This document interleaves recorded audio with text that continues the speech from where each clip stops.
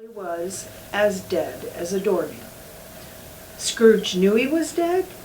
Of course he did. How could it be otherwise? Scrooge and he were partners for I don't know how many years.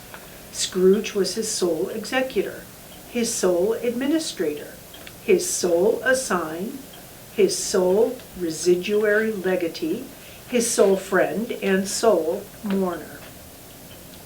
And even Scrooge was not so dreadfully cut up by the sad event, but that he was an excellent man of business on the very day of the funeral, and solemnized it with an undoubted bargain. The mention of Marley's funeral brings me back to the point I started from. There is no doubt that Marley was dead. This must be distinctly understood, or nothing wonderful can come of the story I am going to relate. If we were not perfectly convinced that Hamlet's father died before the play began, there would be nothing more remarkable in his taking a stroll at night in an easterly wind upon his own ramparts than there would be in any other middle-aged gentleman rashly turning out after dark in a breezy spot, say St. Patrick's churchyard, for instance, literally to astonish his son's weak mind. Scrooge never painted out old Marley's name. There it stood, years afterward, above the warehouse door. Scrooge and Marley. The firm was known as Scrooge and Marley. Sometimes people new to the business called Scrooge, and sometimes Marley, but he answered to both names. It was all the same to him. Oh, but he was a tight-fisted hand at the grindstone, Scrooge, a squeezing, wrenching, grasping, scraping, clutching, covetous old sinner, hard and sharp as flint, from which no steel had ever struck out generous fire, secret and self-contained, and solitary as an oyster. The cold within him froze his old features, nipped his pointed nose, shriveled his cheek, stiffened his gait, made his eyes red, his thin lips blue, and spoke out shrewdly in his grating voice. A frosty rime was on his head and on his eyebrows and his wiry chin. He carried his own low temperature always about him. He iced his coffee in the dog days and didn't thaw it 1 degree at Christmas. External heat and cold had little influence on Scrooge. No warmth could warm, no wintry weather chill him. No wind that blew was bitterer than he. No falling snow was more intent upon its purpose. No pelting rain less open to entreaty. Foul weather didn't know where to have him. The heaviest rain and snow and hail and sleet could boast of the advantage over him in only one respect. They often came down handsomely, and Scrooge never did. Nobody ever stopped him in the street to say with gladsome looks, "My dear Scrooge, how are you? When will you come to see me?" No beggars implored him to bestow a trifle. No children asked him what it was o'clock. No man or woman ever once in all his life inquired the way to such and such a place of Scrooge. Even the blind men's dogs appeared to know him, and when they saw him coming on, would tug their owners into doorways and up courts, and then would wag their tails as though they said, "No eye at all is better than an evil eye, dark master." But what did Scrooge care? It was the very thing he liked. To edge his way along the crowded paths of life, warning all human sympathy to keep its distance, was what the knowing ones call nuts to Scrooge. Once upon a time, of all the good days in the year, on Christmas Eve, old Scrooge sat busy in his counting house. It was cold, bleak, biting weather, foggy house, foggy withal, and he could hear the people in the court outside go wheezing up and down, beating their hands upon their breasts and stamping their feet upon the pavement stones to warn them.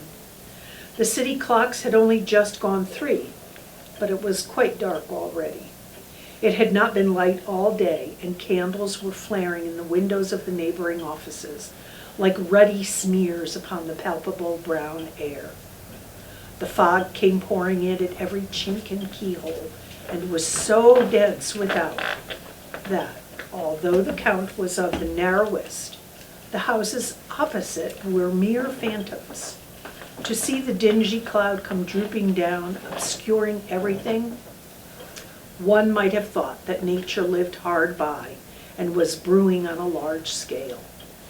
The door of Scrooge's counting house was open, that he might keep his eye upon his clerk, who in a dismal little cell beyond, a sort of tank, was copying letters.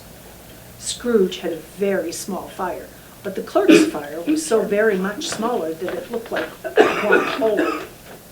But he couldn't replenish it, for Scrooge kept the coal box in his own room. And so surely as the clerk came in with the shovel, the master predicted that it would be necessary for them to part. Wherefore the clerk put on his white comforter and tried to warm himself at the candle, in which effort, not being a man of strong imagination, he failed. "A Merry Christmas, Uncle! God save you!" cried a cheerful voice. It was the voice of Scrooge's nephew, who came upon him so quickly that this was the first intimation he had of his approach. "Ah!" said Scrooge. "Humbug!" He had so heated himself with rapid walking in the fog and frost, this nephew of Scrooge's, that he was all in a glow. His face was ruddy and handsome. His eyes sparkled, and his breath smoked again.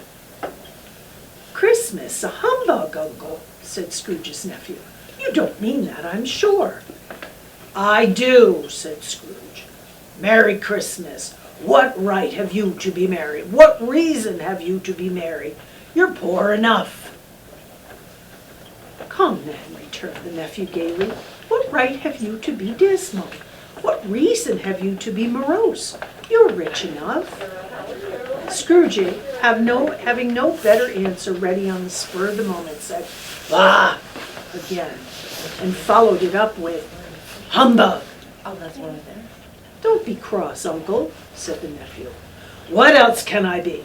returned the uncle, "when I live in such a world of fools as this? Merry Christmas! Out upon Merry Christmas! What's Christmas time to you but a time for paying bills without money, a time for finding yourself a year older and not an hour richer, a time for balancing your books and having every item in them through a round dozen of months presented dead against you? If I could work my will," said Scrooge indignantly, "every idiot who goes about with Merry Christmas on his lips should be boiled with his own pudding and buried with a stake of holly through his heart, he should." "Uncle," pleaded the nephew. "Nephew," repeated the uncle sternly, "keep Christmas in your own way, and let me keep it in mine." "Keep it," repeated Scrooge's nephew, "but you don't keep it." "Let me leave it alone then," said Scrooge. "Much good may it do you. Much good has it ever done you." "There are many things from which I might have derived good, by which I have now profited, I dare say," returned the nephew. "Christmas among the rest, but I am sure I have always thought of Christmas time, when it has come round, and origin, if anything belonging to it can be apart from that, as a good time, a kind, forgiving, charitable, pleasant time, the only time I know of, in the long calendar of the year, when men and women seem by one consent to open their shut-up hearts freely, and to think of people below them as if they really were fellow passengers to the grave, and not another race of creatures bound on other journeys. And therefore, Uncle, though it has never put a scrap of gold or silver in my pocket, I believe that it has done me good, and will do me good. And I say, God bless it." The clerk in the tank involuntarily applauded, becoming immediately sensible of the impropriety, bespoke the fire and extinguished the last frail spark forever. "Let me hear another sound from you," said Scrooge, "and you'll keep your Christmas by losing your situation." You're quite a powerful speaker, sir, he added, turning to his nephew. I wonder you don't go into Parliament.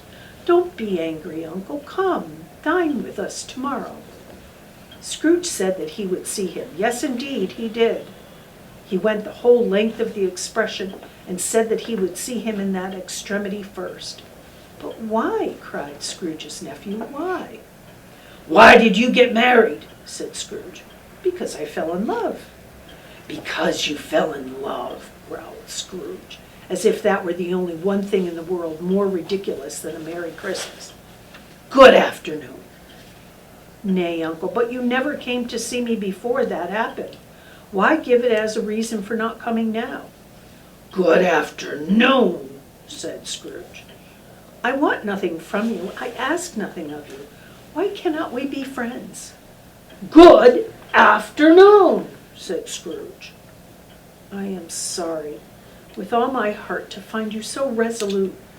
We have never had any quarrel to which I have been a party, but I have made the trial in homage to Christmas, and I'll keep my Christmas humor to the last. So a Merry Christmas, Uncle. Good afternoon, said Scrooge. And a Happy New Year? Good afternoon, said Scrooge. His nephew left the room without an angry word notwithstanding.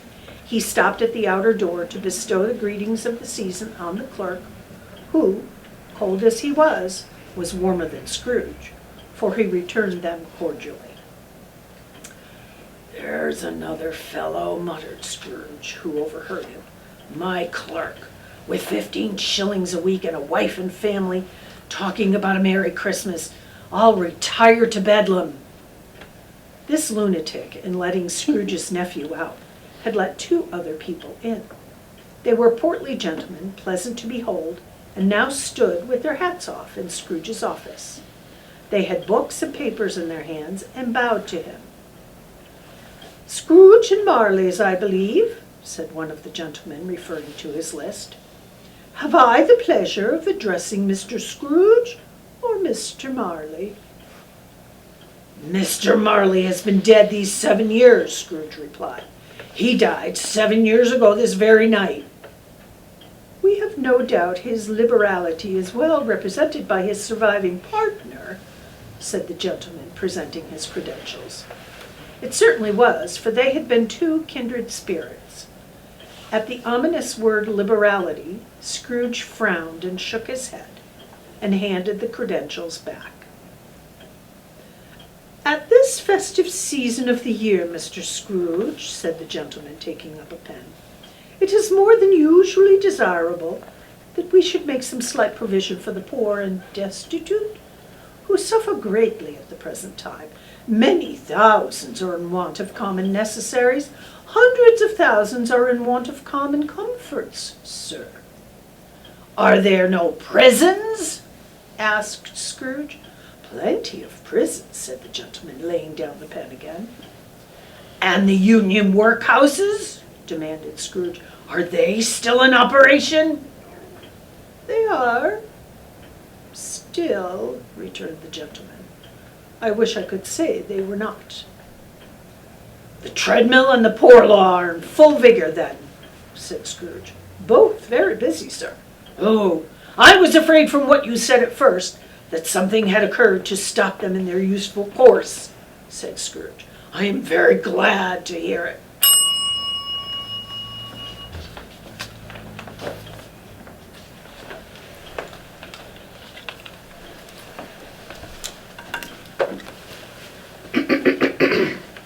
Maya, you're next. Under the impression that they scarcely furnish Christian cheer of mind or body to the multitude, returned the gentleman, a few of us are ever endearing to raise a fund to buy the poor some meat and drink and means of warmth. We choose this time because it is a time of all others we want to keenly feel, and abundance rejoices. What shall I put you down for? Nothing, Scrooge replied. You wish to be anonymous. I wish to be left alone, said Scrooge, since you ask me what I wish. Gentlemen, that is my answer. I don't make merry myself at Christmas, and I can't afford to make idle people merry. I help to support the establishments I've mentioned. They cost enough, and those who are badly off must go there. Many can't go there, and many would rather die. If they would rather die, said Scrooge, they'd better do it, and decrease the surplus population. Besides, excuse me, I don't know that. But you know it, observed the gentleman. It's not my business, Scrooge returned. It's enough for a man to understand his own business, and not to interfere with other people's. Mine occupies me constantly. Good afternoon, gentlemen. Seeing clearly that this would be useless to pursue this point, the gentleman withdrew. Scrooge resumed his labors with an improved opinion of himself, and a more facetious temper than the usual with him. Meanwhile, the fog and darkness thickened so that people ran about their flaring lamps, proliferating their services to go before horses and carriages and conduct them on their way. The ancient tower of a church, whose muffled bell was always peeping silly down at Scrooge out of a Gothic window in the wall, became invisible, and struck the hours and quarters in the clouds with tumultuous vibrations afterwards, as if its teeth were chattering in its frozen head up there. The cold became intense. In the main street at the corner of the court, some laborers were repairing the gas pipes and had lighted a fire in a brazier round which a party of ragged men and boys gathered, warming their hands and winking their eyes before the blaze in rapture. The water plug being left in solitude, its overflowing suddenly congealed and turned to misanthropic ice. The brightness of the shops, where holy springs and berries crackled in the lamp heat of the windows, made pale faces ruddy as they passed. Poulterers' and grocers' trades became a splendid joke, a glorious pageant with which was next to impossible to believe that such dull principles as bargain and sale had anything to do. The Lord Mayor and stronghold of the mighty mansion house gave orders to his 50 cooks and butlers to keep Christmas as a Lord Mayor's household should, and even little Taylor, whom he had fined 5 shillings on the previous Monday for being drunk and bloodthirsty in the streets, stirred up tomorrow's pudding in his garret, while his lean wife and baby sallied out to buy the beef. Foggier yet, and colder, piercing, searching, biting cold, if the good St. Dunstan had but nipped the evil spirit's nose with a touch of such weather as that, instead of using his familiar weapons, then indeed he would have roared to lusty purpose. The owner of one scant young nose, gnawed and mumbled by the hungry cold, as bones are gnawed by dogs, stooped down at Scrooge's keyhole to regale him with a Christmas carol. But at that first sound of "God bless you, merry gentlemen, may nothing you dismay," Scrooge seized the ruler with such energy of action that the singer fled in terror, leaving the keyhole in the fog in even more congenial frost. At first the hour of shutting up the counting house arrived. With an ill-will, Scrooge dismounted from his stool and tactfully admitted the fact to the expectant clerk in his tank, who instantly snuffed his candle out and put on his hat. "You want all day tomorrow, I suppose?" said Scrooge. "If quite convenient, sir." "It's not convenient," said Scrooge, "and it's not fair. If I was to stop a half-crown for it, you'd think yourself ill-used." "I'll be bound." The clerk smiled faintly. "And yet," said Scrooge, you don't think me ill-used when I pay a day's wages for no work." The clerk observed that it was once a year, a poor excuse for picking a man's pocket every December 25th, said Scrooge, buttoning his greatcoat to the chin. "But I suppose you must have the whole day. Be here all the earlier next morning." The clerk promised that he would, and Scrooge walked out with a growl. The office was closed in a twinkling, and the clerk, with the long ends of his white comforter dangling below his waist, for he boasted no great coat, went down a slide on Cornhill at the end of a lane of boys 20 times in honor of its being Christmas Eve, and then ran home to Camden Town as hard as he could pelt to play at Blyman's Buff. Scrooge took his melancholy dinner in his usual melancholy tavern, and having read all the newspapers and beguiled the rest of the evening with his banker's book, went home to bed. He lived in chambers which had once belonged to his deceased partner. They were a gloomy suite of rooms and a lowering pile of building up in a yard where it had so little business to be, that one could scarcely help fancying it must have run there when it was a young house, playing at hide and seek with other houses and have forgotten the way out again. It was old enough now and dreary enough, but nobody lived in it but Scrooge, the other rooms being all let out as offices. The yard was so dark that even Scrooge, who knew its every stone, was fain to grope with his hands. The fog and the frost so hung about the black old gateway of the house that it seemed as if genius of the weather sat in a mournful meditation on the threshold. Now, it is a fact that there was nothing at all particular about the knocker on the door, except that it was very large. It is also a fact that Scrooge had seen it night, morning, during his whole residence in that place. Also, that Scrooge had a little of what is called fancy about him, as any man in the city of London, even including witches of old world, the corporation, aldermen, and livery. Let it also be borne in mind that Scrooge had not bestowed one thought on Marley since his last mention of the 7-year dead partner that afternoon. And then let any man explain to me, if he can, how it happened that Scrooge, having his key in the lock of the door, saw in the knocker without it undergoing any intermediate process of change. Not a knocker, but Marley's face. Marley's face.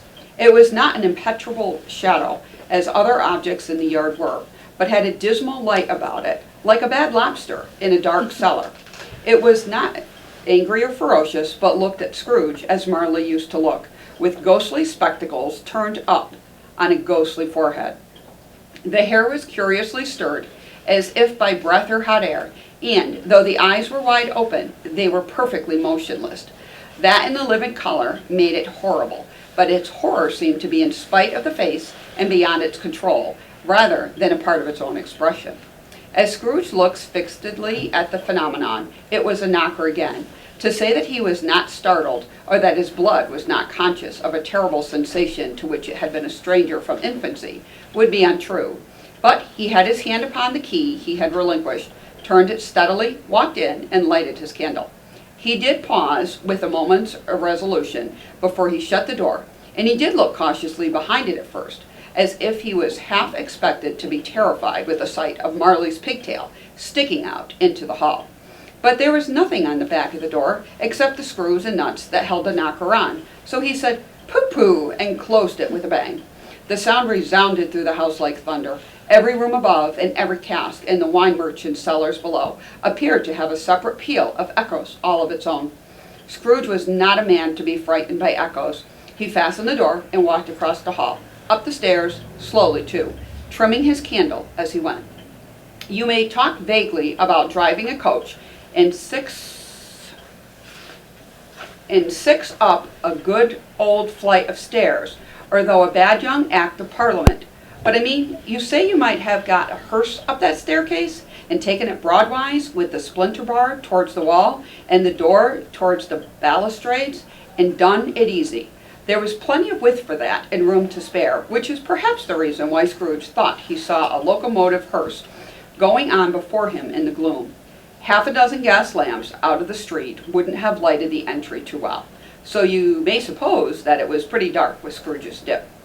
Up Scrooge went, not caring a button for that. Darkness is cheap, and Scrooge liked it. Before he shut the heavy door, he walked through his rooms to see that all was right. He had just enough recollection of the face to desire to do that. Sitting room, bedroom, lumber room, all they should be. Nobody under the table, nobody under the sofa. A small fire in the grate, spoon and basin ready, and the little saucepan of gruel. Scrooge had a cold in his head upon the hub. Nobody under the bed, nobody in the closet, nobody in the dressing gown, which was hanging up in a suspicious attitude against the wall. Lumber room as usual, old fire guard, old shoes, 2 fish baskets, washing stand on 3 legs, and a poker. Quite satisfied, he closed the door and locked himself in. Double locked himself in, which was not his custom. Thus secured against surprise, he took off his cravat, put on his dressing gown and slippers, and had his nightcap and sat down before the fire to take his gruel. It was a very low fire indeed, nothing on such a bitter night. He was obliged to sit in it, brood over it, which he did, and extract the least sensation of warmth from such a handful of fuel. The fireplace was an old one, built by some Dutch merchant long ago, and paved all around with quaint Dutch tiles, designed to illustrate the scriptures. There were Cain and Abel, Pharaoh's daughters, queens of Sheba, angelic messengers, descending through the air on clouds like feather beds. Abraham's, Belshazzar's apostles, putting off to the sea in butter boats, hundreds of figures to attract his thoughts. And yet the face of Marley, 7 years dead, came like the ancient prophet's rod and swallowed up the whole. If each smooth tile had a blank at first, with power to shape some pictures on its surface, from disjointed fragments of his thoughts, there would not have been a copy of old Marley's head on every one. "Humbug," said Scrooge, and walked across the room. After several turns, he sat down again. He threw his head back in the chair, and his glance happened to rest upon a bell. A disused bell that hung in a room and communicated for some purposes now forgotten with a chamber in the highest story of the building. It was with great astonishment and with a strange, inexplicable dread that as he looked, he saw a bell begin to swing. It swung so softly in the onset that it scarcely made a sound, but it soon rang out loudly, and so did every bell in the house. This might have lasted a half minute or a minute, but it seemed like an hour. The bells ceased, and as they begun together, they were succeeded by a clanking noise deep down below, as if some person were dragging a heavy chair over the cask in the wine merchant's cellar. Scrooge then remembered to have heard the ghost in the haunted houses were described as dragging chains. The cellar door flew open with a booming sound, and then he heard the noise much louder on the floors below, then coming up the stairs, then coming towards the door. "It's humbug still," said Scrooge. "I won't believe it." His colors changed, though, when without a pause it came through the heavy door and passed in the room in front of his eyes. Upon it coming in, the dying flame leaped up as though it cried, I know him, Marley's ghost," and fell again. The same face, the very same, Marley in his pigtail, unusual waistcoat, tights and boots, the tassels on the latter bristling like a pigtail, and his coat skirts and the hair upon his head. The chain he drew was clasped about in his middle. It was long and wound about him like a tail, and it was made, for Scrooge observed closely, of cash boxes, keys, padlocks, ledgers, deeds, and heavy purses wrought in steel. His body was transparent, so that Scrooge, observing him and looking through his waistcoat, could see the 2 buttons on his coat behind. Scrooge had often heard that it was said that Marley had no bowels, and that he never believed it until now. No, nor did he believe it even now, though he looked the phantom through and through and saw it standing before him, though he felt the chilling influence of its death-cold dyes, and marked the very texture of the folded kerchief bound about its head and chin, which wrapper he had not observed before. He was still incredulous, and fought against his senses. "How now?" said Scrooge, caustic and cold as ever. "What do you want with me?" "Much eye," Marley's voice, no doubt about it. "Who are you?" "Asked me who I was? Who were you then?" said Scrooge, raising his voice. "You're particular, for a shade." He was going to say, "to a shade," but substituted this, as more appropriate. "In life, I was your partner, Jacob Marley." Can you sit down?" asked Scrooge, looking doubtfully at him. "I can." "Do it, then." Scrooge asked the question because he didn't know whether a ghost was so transparent might find himself in a condition to take a chair, and felt that in the event of it being impossible, it might involve the necessity of an embarrassing explanation. But the ghost sat down on the opposite side of the fireplace, as if he were quite used to it. "You don't believe me," observed the ghost.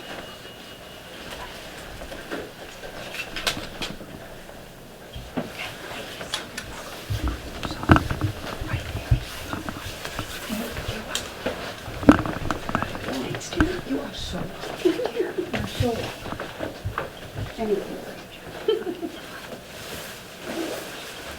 I don't, said Scrooge. What evidence would you have of my reality beyond that of your own senses? I don't know, said Scrooge. Why do you doubt your senses? Because, said Scrooge, a little thing affects them. A slight disorder of the stomach makes them cheats. You may be an undigested bit of beef, a blot of mustard, a crumb of cheese, a fragment of an underdone potato. There's more gravy than a grave about you, whatever you are. Scrooge was not much in the habit of cracking jokes, nor did he feel in his heart by any means waggish then. The truth is that he tried to be smart as a means of distracting his own attention and keeping down his terror, for the spectre's voice disturbed the very marrow in his bones. To sit staring at those fixed, glazed eyes in silence for a moment would play, Scrooge felt, the very deuce with him. There was something very awful, too, in the spectre's being provided with an infernal atmosphere of his own. Scrooge could not feel it himself, but this was clearly the case, for though the ghost sat perfectly motionless, his hair and skirts and tassels were still agitated as by the hot vapor from an oven. "You see this toothpick," said Scrooge, returning quickly to the charge for the reason just assigned, and wishing, though it were only for a second, to divert the vision's stony gaze from himself. "I do," replied the ghost. "You are not looking at it," said Scrooge. "But I see it," said the ghost, notwithstanding. "Well," returned Scrooge, "I have but to swallow this, and be for the rest of my days persecuted by a legion of goblins, all my own creation. Humbug! I tell you, humbug!" At this the spirit raised a frightful cry, and shook its chains with such a dismal and appalling noise that Scrooge held on tight to his chair to save himself from falling in a swoon. But how much greater was his horror when the phantom, taking off the bandage round its head as if it were too warm to wear indoors, its lower jaw dropped down upon its breast. Scrooge fell upon his knees and clasped his hands before his face. "Mercy," he said, "dreadful apparition, why do you trouble me?" "Man of the worldly mind," replied the ghost, "do you believe in me or not?" "I do," said Scrooge. "I must. But why do spirits walk the earth, and why do they come to me?" "It is required of every man," the ghost returned, "that the spirit within him should walk abroad among his fellow men, and travel far and wide. And if that spirit goes not forth in life, it is condemned to do so after death. It is doomed to wander through the world, oh, woe is me, and witness what it cannot share, but might have shared on earth, and turned to happiness. Again the spectre raised a cry, and shook his chains, and wrung his shadowy hands. "You are fettered," said Scrooge, trembling. "Tell me why." "I wear the chain I forced in life," replied the ghost. "I made it link by link and yard by yard. I girded it of my own free will, and of my own free will I wore it. Is its pattern strange to you?" Scrooge trembled more and more. "Or would you know," pursued the ghost, "the weight and length of the strong coil you bear yourself? It was full as heavy and as long as the 7 Christmas Eves ago. You have labored on it since. It is a ponderous chain." Scrooge glanced about him on the floor, in the expectation of finding himself surrounded by some 50 or 60 fathoms of iron cable, but he could not see anything. "Jacob," he said imploringly, "oh, Jacob Marley, tell me more. Speak comfort to me, Jacob." "I have none to give," the ghost replied. "It comes from other regions, Ebenezer Scrooge, and it's conveyed by other ministers to other kinds of men. Nor can I tell you what I would. A very little more, it's all permitted to me. I cannot rest, I cannot stay, I cannot linger anywhere. My spirit never walked beyond a counting house. Mark me, in life, my spirit never roved beyond the narrow limits of our money-changing coal, and weary journeys lie before me." It was a habit with Scrooge, whenever he became thoughtful, to put his hands in his breeches pockets. Pondering on what the ghost had said, he did so now, but without lifting up his eyes or getting off his knees.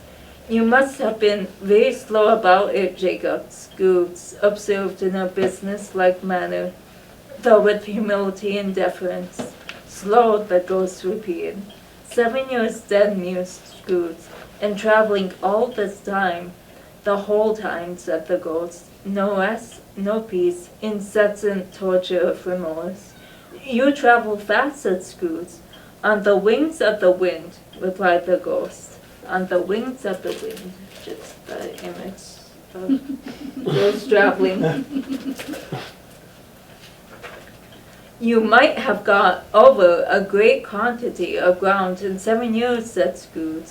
The ghost, on hearing this, set up another cry, and clanked its chain so hideously in the dead silence of the night that the word would have been justified in indicting it for a nuisance.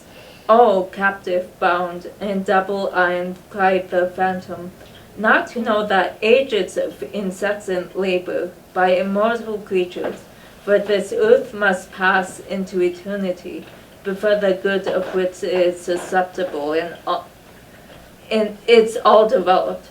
Not to know that any Christian spirit working kindly in its little sphere, whatever it may be, will find its mortal life too short for its vast means of usefulness. Not to know that no space of regret can make amends for one's life's opportunities misused. Yet such was I, oh such was I. But you were always a good man of business, Jacob, faltered Scrooge, who now began to apply this to himself. Business, cried the ghost, wringing its hands again. Mankind was my business. The common welfare was my business. Charity, mercy, forbearance, and benevolence were all my business. The dealings of my trade were but a drop of water in the comprehensive ocean of my business. It held up its chain at arm's length, as if that were the cause of all its unavailing grief, and flung it heavily upon the ground again. At this time of the rolling year, the spectre said, I suffer most. Why did I walk through clouds of fellow beings with my eyes turned down, and never raise them to that blessed star which led the wise men to a poor abode? Were there no poor homes to which its light would have conducted me? Scrooge was very much dismayed to hear the spectre going on at this rate, and began to quake exceedingly. Hear me, cried the ghost. My time is nearly gone. I will, said Scrooge, but don't be hard upon me. Don't be flowery, Jacob, pray. How it is that I appear before you in a shape that you can see, I may not tell. I have sat invisible beside you many and many a day. It was not an agreeable idea.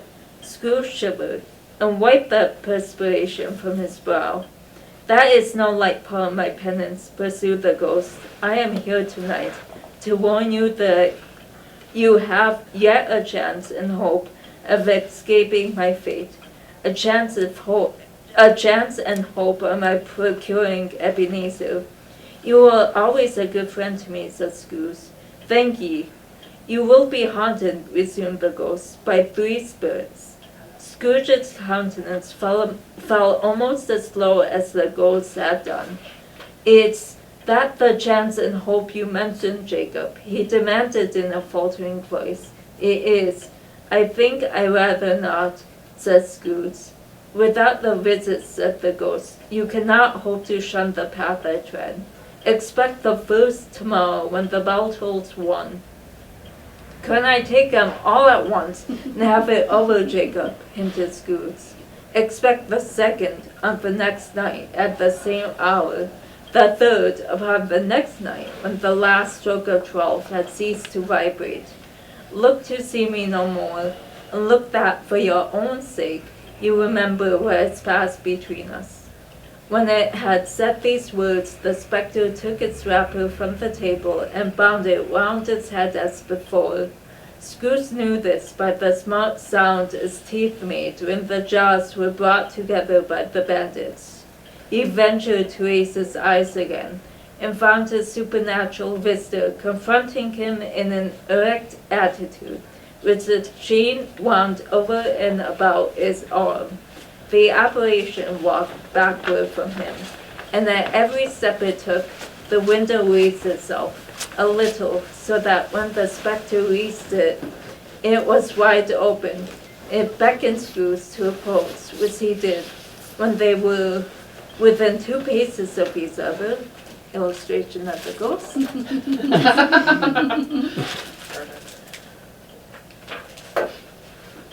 when they were within 2 paces of each other, Molly's ghost held up his hand, warning him to come no nearer. Scrooge stopped, not so much in obedience as in surprise and fear, but on the raising of the hand, he became sensible of confused noises in the air, incoherent sounds of lamentation and regret, wailings inexpressibly sorrowful and self-accusatory. The spectre, after listening for a moment, joined in the mournful dirges, and floated out upon the bleak, dark night. Scrooge followed to the window. Desperate in its curiosity, he looked out. The air was filled with phantoms, wandering hither and thither in restless haste, and moaning as they went. Every one of them were chained like Molly's ghost. Some few, they might be guilty governments, were linked together. None were free. Many had been personally known to Scrooge in their lives.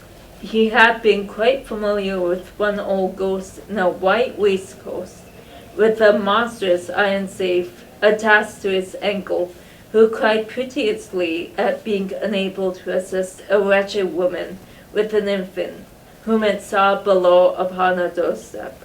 The misery with them all were clearly that they sought to interfere for good in human matters and had lost the power forever. Whether these creatures faded into mist or mist enshrouded them, he could not tell. But they and their spirit voices faded together, and the night became as it has been when he walked home. Scrooge closed the window and examined the door by which the ghost had entered. It was double locked, as he had locked it with its own hands, and the bolts were undisturbed. He tried to say humbug, but stopped at the first syllable, and being, from the emotions he had undergone, of the fatigues of the day, of its glimpse of the invisible world, of the dull conversation of the ghost, of the lateness of the hour, must in need of repose, went straight to bed without undressing, and fell asleep upon the instant. Staff of chapter 2. Just Not to the minute, but I can tell you a good place to change. yes. Thanks, Maya, that was fantastic. Okay, so wait here. You're good. Thank you, Maya.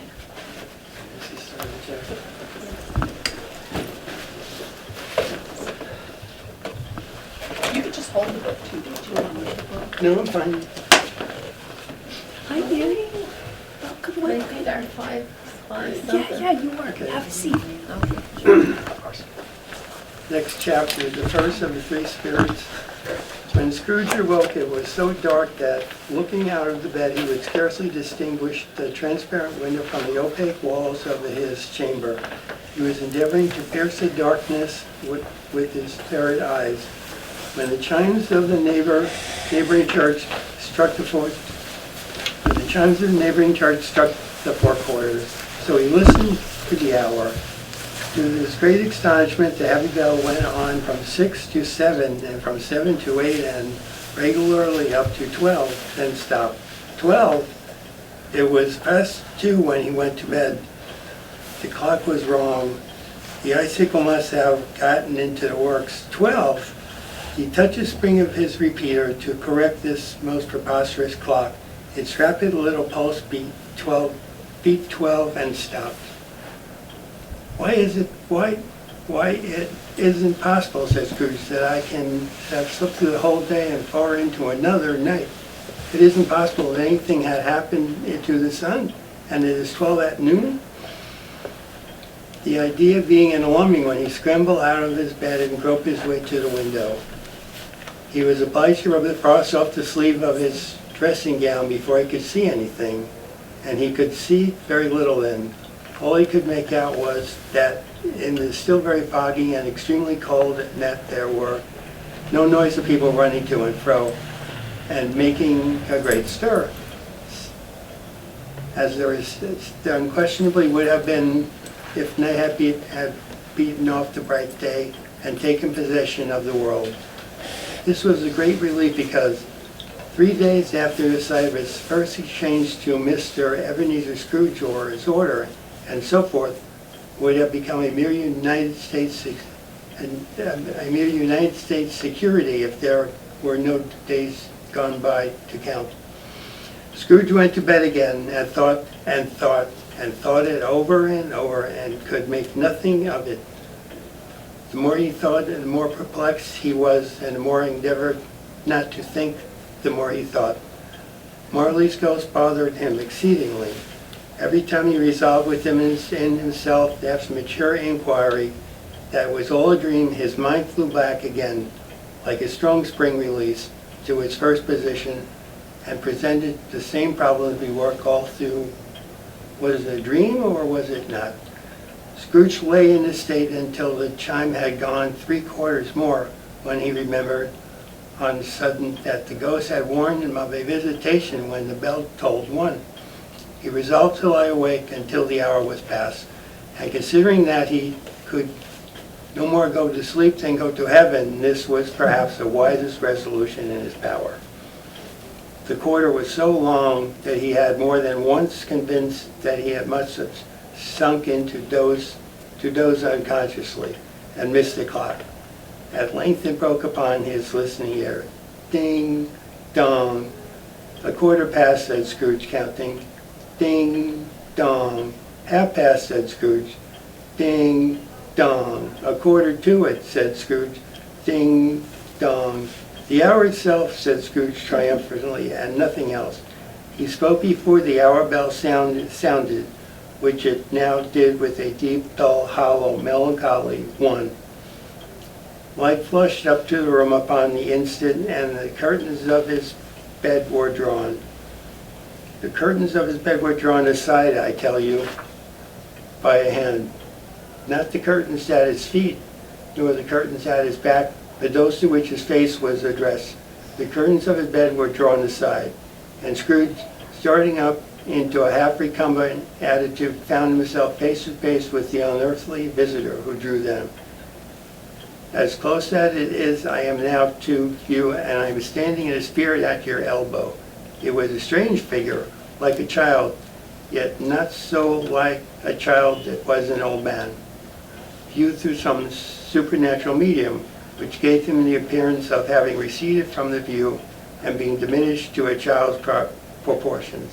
Its hair, which hung about its neck down its back, was white, as if with age, yet the face had not a wrinkle in it, and tenderest bloom was on its skin. The arms were very long and muscular, the hands the same, as if its whole were of common strength. Its legs and feet, most delicately formed, were like those upper members bare. It wore a tunic of the purest white, and round its waist, which bore a lustrous belt, the sheen of which was beautiful. It held a branch of fresh green holly within its hand, and in singular contradiction of that wintry emblem, had its dress trimmed with summer flowers.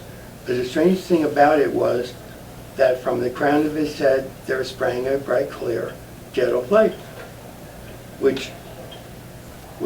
by which all of this was visible, and which was doubtless the occasion of its using, in its stellar moments, the great extinguisher for a cap, which is now held under its arm. Even this, though when Scrooge looked at with increasing steadiness, was not the strangest quality, for as its belt sparkled and glittered, now in one part and now in another, and what was one instant at another time dark, so the figure itself fluctuated in its distinctness, being now a thing with one arm, now with one leg, now with 20 legs, now a pair of legs, without a head, now a head without a body, of which dissolving parts no outline will be visible in the dense gloom wherein they melted away. And in the very wonder of this, it would be itself again, distinct and clear as ever. Are you the spirit, sir, whose coming was foretold to me? Asked Scrooge. I am, the voice was soft and gentle, singularly low, as if instead of being so close behind him, it were at a distance. Who and what are you? Scrooge demanded. I am the ghost of Christmas past. Long past? Inquired Scrooge, observant of his dwarfish stature. No, your past. Perhaps Scrooge could not have been told anybody why. Perhaps Scrooge could not have told anybody why, if anybody could have asked him. But he had a special desire to see the spirit in his cap and beg him to be covered. What? Exclaimed the ghost. Would you soon put out with whirling hands the lad again? Is it not enough that you are one of those whose passions made this cap and forced me through the whole train of years to wear it upon my low brow? Scrooge reverently disclaimed all the intention to offend or any knowledge of having willfully bonded the spirit at any period in his life. Then he made bold to inquire what business brought him there. Your welfare, said the ghost. Scrooge expressed himself much obliged, but could not help thinking that a night of unbroken rest would have been more conducive to that end. The spirit must have heard him thinking, for it said immediately, your reclamation then, take heed. It put out its strong hand as it spoke, and clasped him gently by the arm. Rise and walk with me. It would have been in vain for Scrooge to plead that the weather and the hour were not adapted to pedestrian purposes. That bed was warm, and its thermometer a long way below freezing, and he was clad but lightly in his slippers, dressing gown, and nightcap. That he had a cold upon him at the time. The grasp, though gentle as a woman's hand, was not to be resisted. He rose, but finding that the spirit made towards the window, clasped its robe in supplication. I am a mortal, Scrooge remonstrated, and liable to fall. Bear but a touch of my hand there, said the spirit, laying it upon his heart, and you shall be upheld more than this. As the words were spoken, they passed through the wall and stood upon an open country road, with fields on either hand. The city had entirely vanished. Not a vestige of it was to be seen. The darkness and the mist had vanished within it, for it was a clear, cold winter day with snow upon the ground. Good heavens, said Scrooge, clasping his hand together as he looked about him. I was bred in this place. I was a boy here. The spirit gazed upon him mildly. Its gentle touch, though it had been light and instantaneous, appeared still present to the old man's sense of feeling.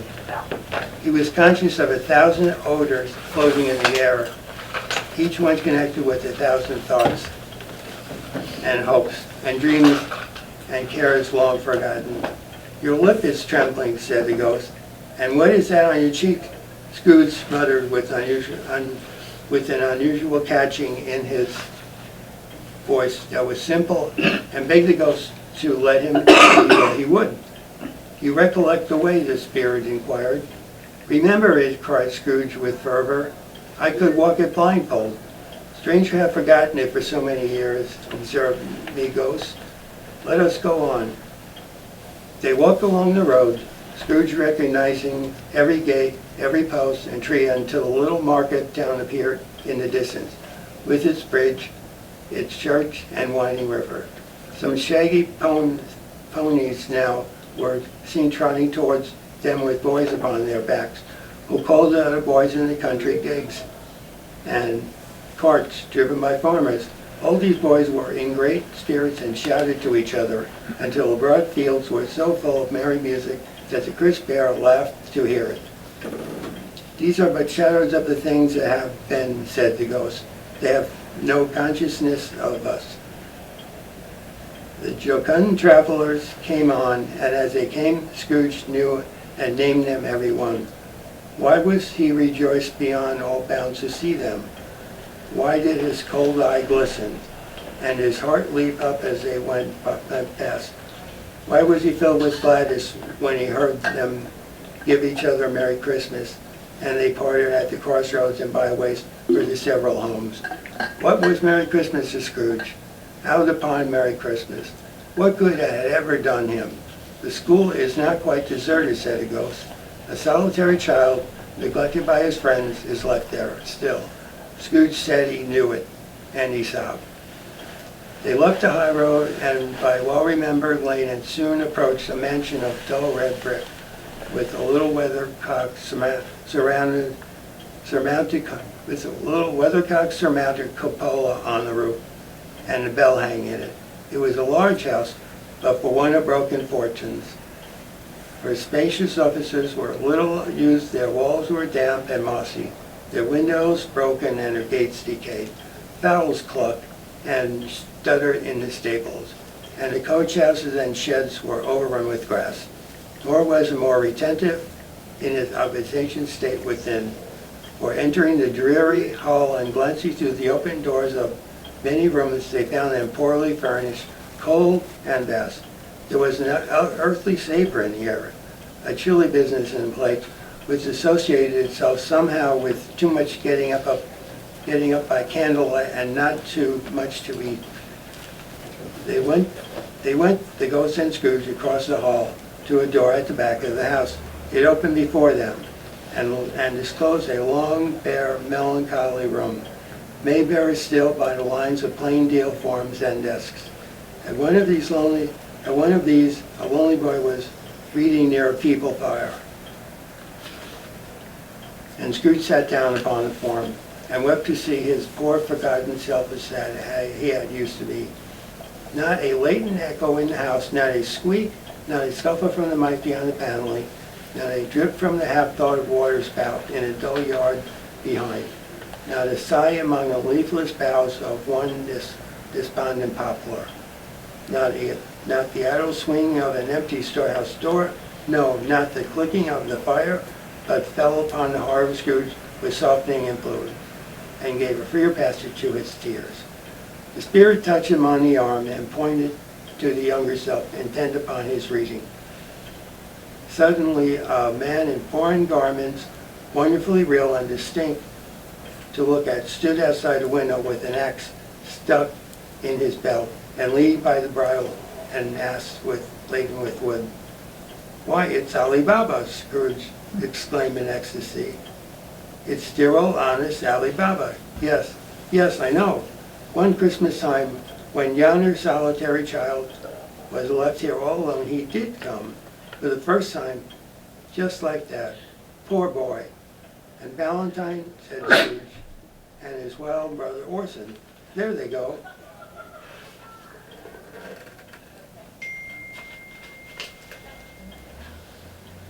Not yet. No? That was text message. What's the bell? I'm sorry. I thought that was the bell too. False alarm. There we go, I'm sorry.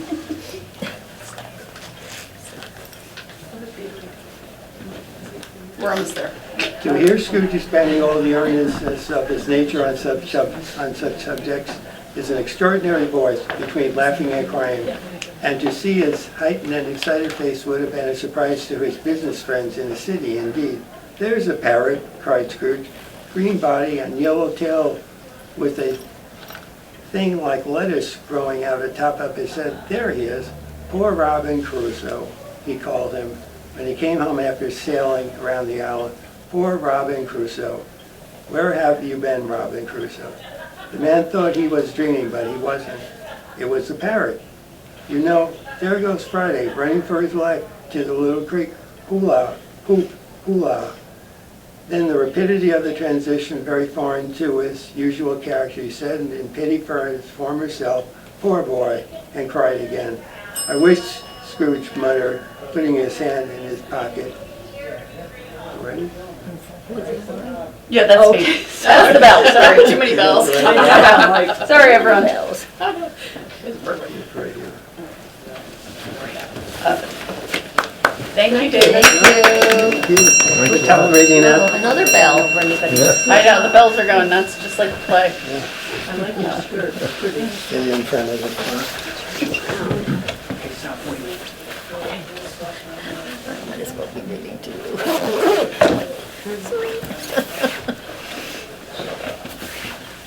They did this for the Moby Dick Marathon. Same thing. Thank you. Except it went midway into the Okay, yeah, no worries. Great, this is great, this place is beautiful. It is. It's Tanya then Mary. Okay. Then with a rapidity of transition very foreign to his usual character, he said, in pity for his former self, "Poor boy," and cried again. "I wish," Scrooge muttered, putting his hand in his pocket and looking about him after drying his eyes with his cuff. "But it's too late now." "What is the matter?" asked the spirit. "Nothing," said Scrooge, "nothing. There was a boy singing in a Christmas carol at my door last night. I should like to have given him something. That's all." The ghost smiled thoughtfully and waved its hand, saying as it did so, "Let us see another Christmas." Scrooge's former self grew larger at the words, and the room became a little darker and more dirty. The panels shrunk, the windows cracked, fragments of plaster fell out of the ceiling, and the naked lights were shown instead. But how all this was brought about, Scrooge knew no more than you did. He only knew that it was quite correct, that everything had happened, so there he was, alone again, when all the other boys had gone home for the jolly holidays. He was not reading now, but walking up and down despairingly. Scrooge looked at the ghost, and with a mournful shaking of his head, glanced anxiously towards the door. It opened, and the little girl, much younger than the boy, came darting in, and putting her arms about his neck, and often kissing him, addressed him as her dear, dear brother. "I have come to bring you home, dear brother," said the child, clapping her tiny hands and bending down to laugh. "To bring you home, home, home." "Home, a little fan?" returned the boy. "Yes," said the child, brimful of glee. "Home for the good and all. Home for ever and ever. Father is so much kinder than he used to be, that home's like heaven. He spoke so gently to me one dear night when I was going to bed that I was not afraid to ask him once more if he might come home. And he said, 'Yes, you should,' and sent me in a coach to bring you. And you're to be a man," said the child, opening her eyes, "and are never to come back here. But first we're to be together all the Christmas long and have the merriest time in the world." "You are quite a woman, little Fan," exclaimed the boy. She clapped her hands and laughed, and tried to touch his head, but being too little, laughed again, and stood on tiptoe to embrace him. Then she began to drag him in her childish eagerness towards the door, and he, nothing loath to go, accompanied her. A terrible voice in the hall cried, "Bring down Master Scrooge's box, there!" And in the hall appeared the schoolmaster himself, who glared on Master Scrooge with a ferocious condescension and threw him into a dreadful state of mind by shaking hands with him. He then conveyed him and his sister into the veriest old well of shivering best parlor that ever was seen, where the maps upon the wall and the celestial and terrestrial globes in the windows were waxy with cold. Here he produced a decanter of curiously light wine and a block of curiously heavy cake, and administered installments of those dainties to the young people, at the same time sending out a meager servant to offer a glass of something to the postboy, who answered that he thanked the gentleman, but if it was the same tap he had tasted before, had rather not. Master Scrooge's trunk being by this time tied on the top of the chaise, the children bade the schoolmaster goodbye right willingly, and getting into it, drove gaily down the garden sweep, with quick wheels, dashing the hoar frost and snow from off the dark leaves and the evergreens like spray. Always a delicate creature whom a breath might have withered, said the ghost. But she had a large heart. So she had, cried Scrooge. You're right. I will not gainsay it, spirit. God forbid. She died a woman, said the ghost, and had, I think, children. One child, Scrooge returned. True, said the ghost, your nephew. Scrooge seemed uneasy in his mind and answered briefly, yes. Although they had but that moment left the school behind them, they were now in the busy thoroughfares of the city, where shadowy passengers passed and repassed, where shadowy carts and coaches battled for the way, and all the strife and tumult of a real city were. It was made plain enough by the dressing of the shops that here too it was Christmas time again. But it was evening, and the streets were lighted up. The ghost stopped at a certain warehouse door and asked Scrooge if he knew it. Know it, said Scrooge. I was apprenticed here. They went in, at the sight of an old gentleman in a Welsh wig sitting behind such a high desk that if he had been 2 inches taller, he must have knocked his head against the ceiling. Scrooge cried in great excitement, Why, it's old Fezziwig! Bless his heart, it's Fezziwig, alive again. Old Fezziwig laid down his pen and looked up at the clock, which pointed to the hour of 7. He rubbed his hands, adjusted his capacious waistcoat, laughed all over himself from his shoes to his organ of benevolence, and called out in comfortable, oily, rich, fat, jovial voice, Yo-ho there, Ebenezer, Dick. Scrooge's former self, now a grown man, came briskly in, accompanied by his fellow prentice. Dick Wilkins, to be sure, said Scrooge to the ghost. Bless me, yes, there he is. He was very much attached to me, was Dick. Poor Dick, dear, dear. Yo-ho, my boys, said Fezziwig. No more work tonight. Christmas Eve, Dick. Christmas Eve, Ebenezer. Let's have the shutters up, cried old Fezziwig with a sharp clap of his hands, before a man can say Jack Robinson. You wouldn't believe how those two fellows went at it. They charged into the street with the shutters. 1, 2, 3, had 'em up in the places. 4, 5, 6, barred 'em and pinned 'em in. 7, 8, 9, and came back before you could have got to 12, panting like racehorses. Hiley-ho! Cried old Fezziwig, skipping down from the high desk with wonderful agility. Clear away, my lads, and let's have lots of room here. Hiley-ho, Dick, chirrup, you Ebenezer. Clear away. There was nothing they wouldn't have cleared away or wouldn't have cleared away with old Fezziwig looking on. It was done in a minute. Every movable was packed off as if it were dismissed from public life forevermore.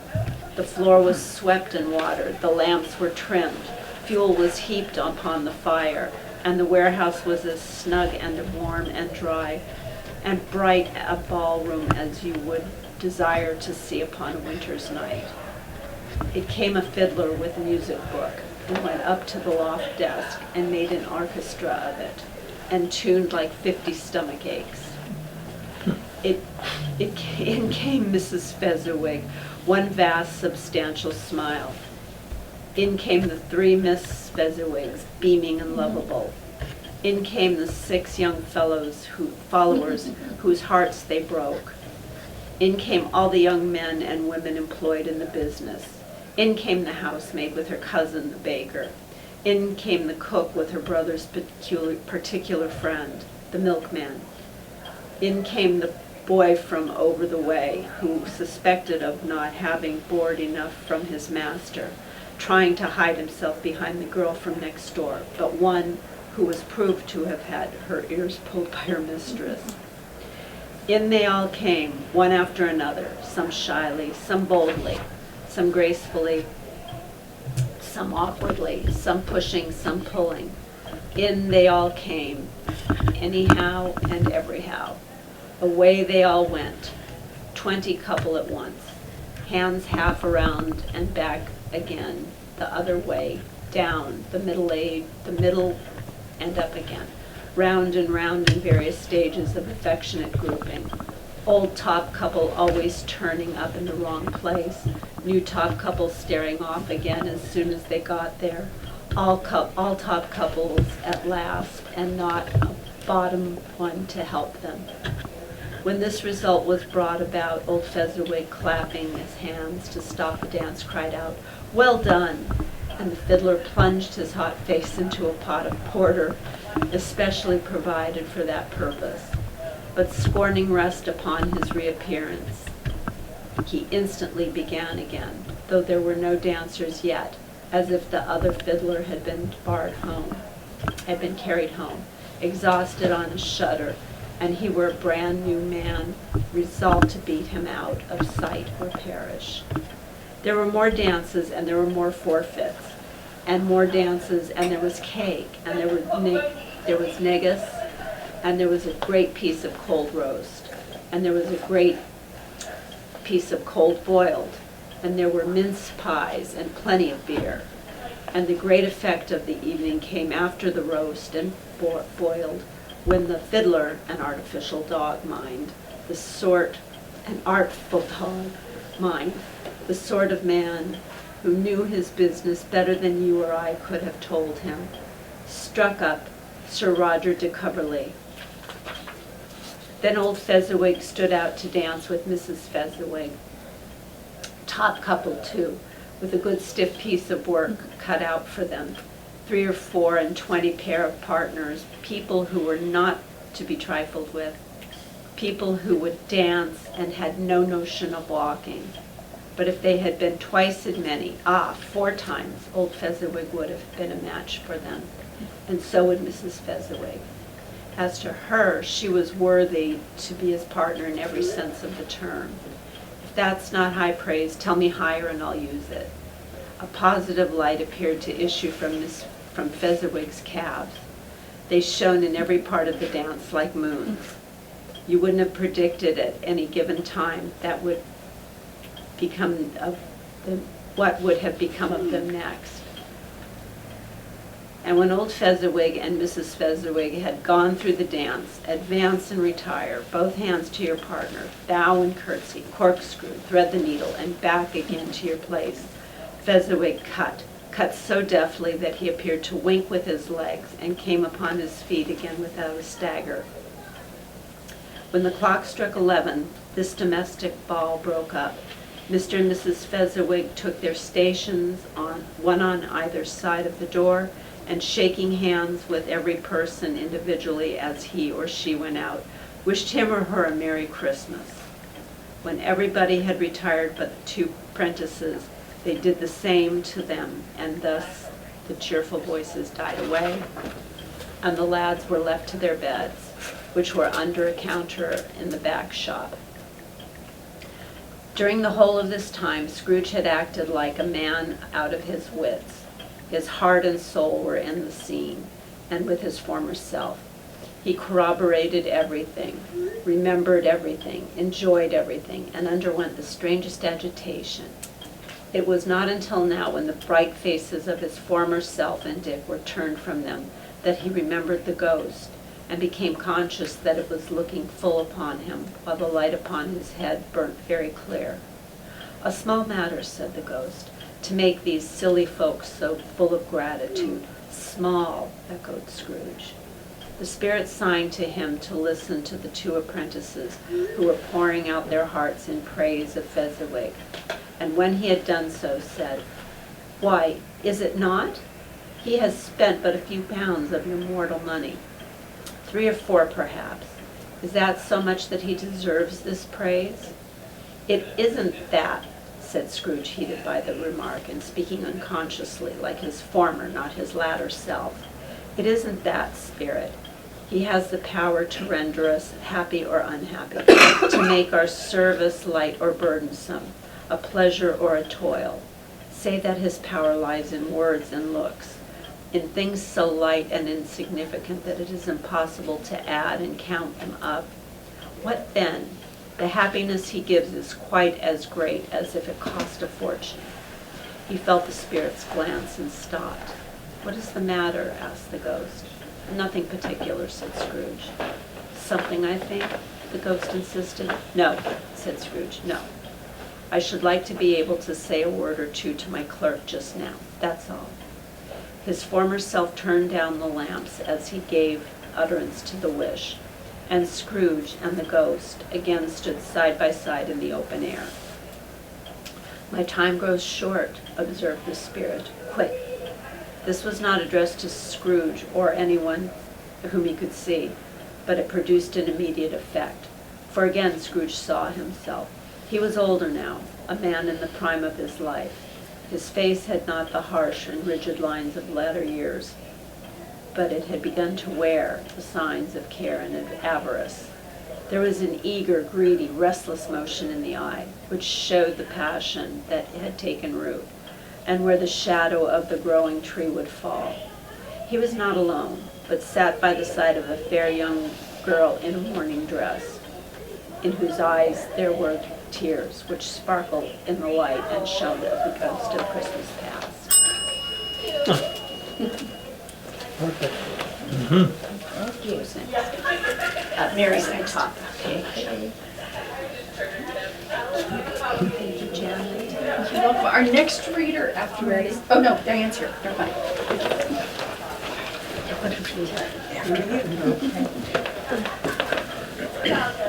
This is hard to, You can tilt it back, or just hold it. yeah, all right. It matters little, she said softly, to you very little. Another idol has displaced me, and if it can cheer and comfort you in time to come, as I would have tried to do, I have no just cause to grieve. What idol has displaced you, he rejoined.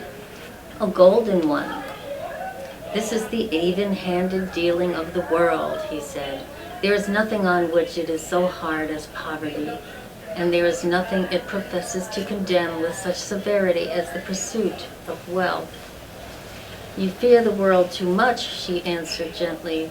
All your other hopes have merged into the hope of being beyond the chance of its sordid reproach. I have seen your noble aspirations fall off one by one until the master passion, gain, engrosses you, have I not? What then, he retorted, even if I have grown so much wiser, what then? I am not changed towards you. She shook her head. Am I? Our contract is an old one.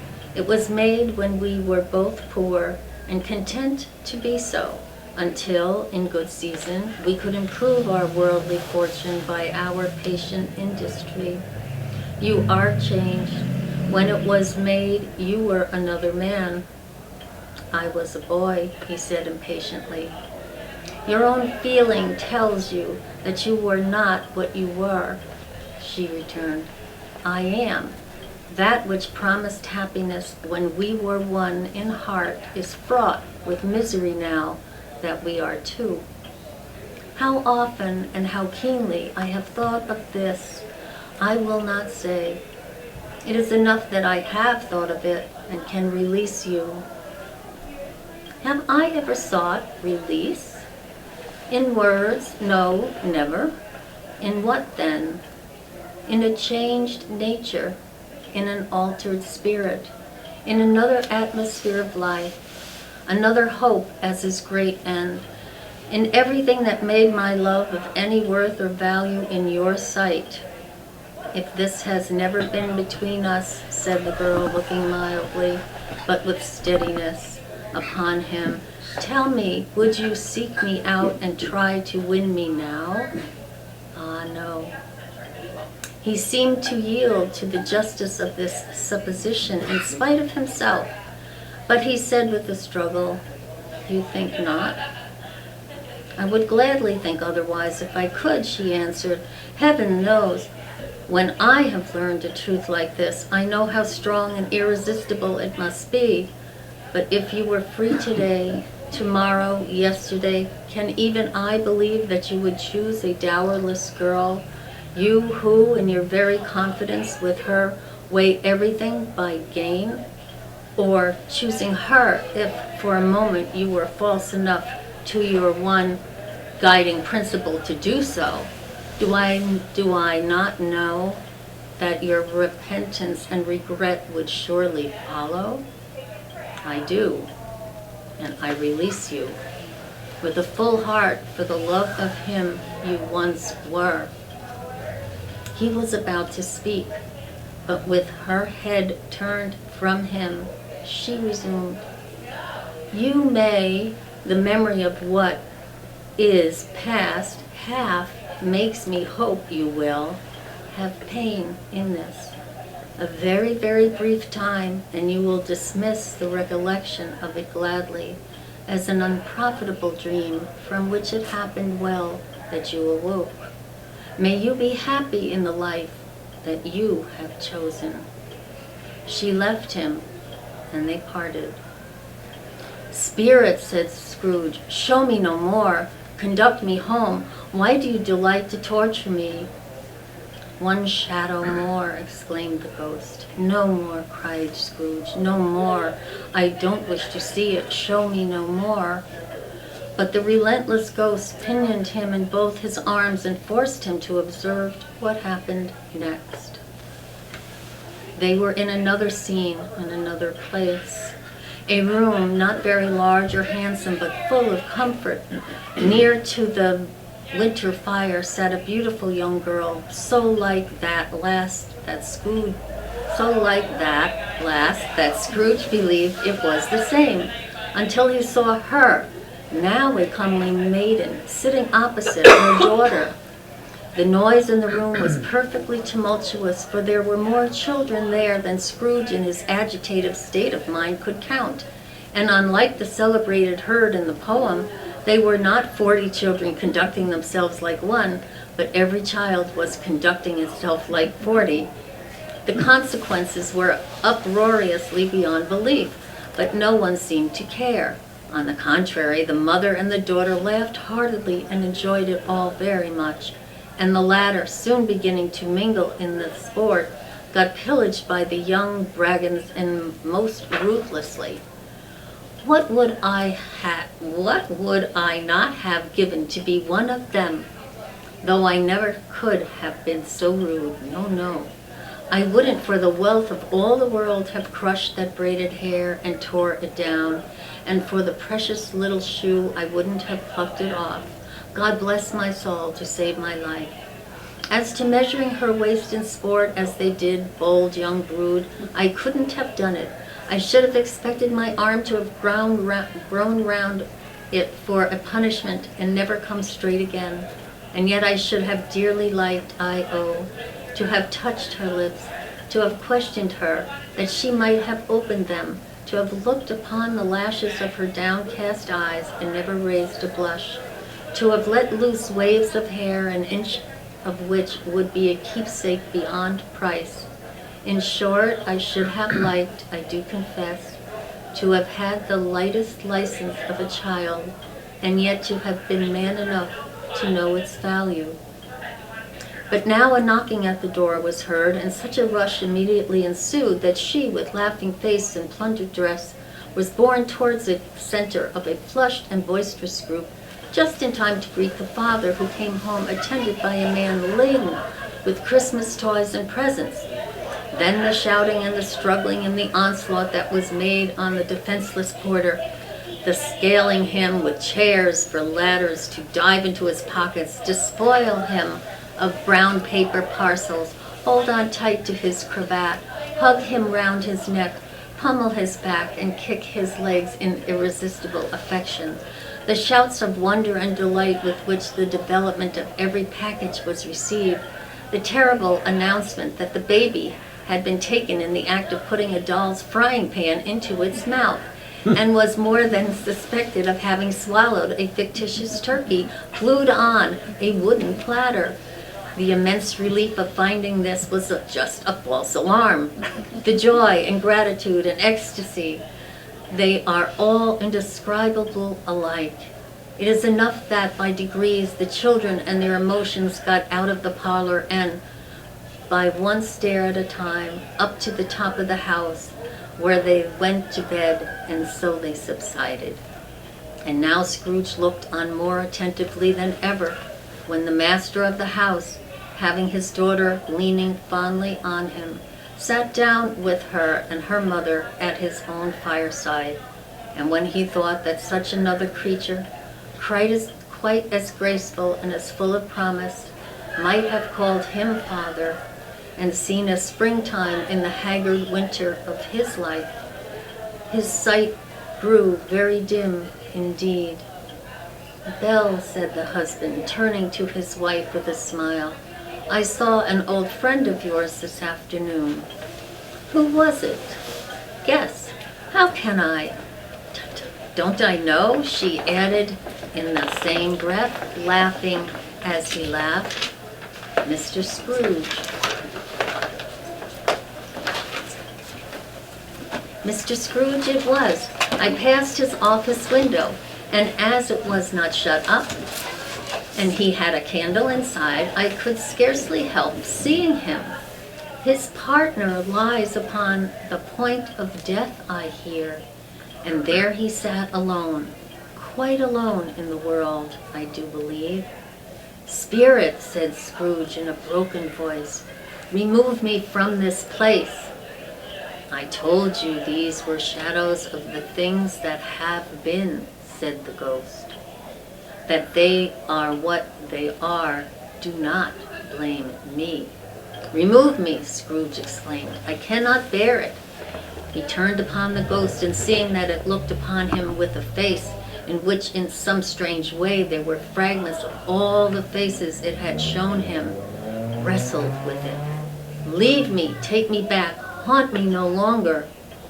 In the struggle, if you can call it a struggle, in which the ghost, with no visible resistance on its own part, was undisturbed by the effort of its adversary, Scrooge observed that its light was burning high and bright, and dimly connecting that with its influence over him, he seized the extinguisher cap and by a sudden action pressed it down upon his head.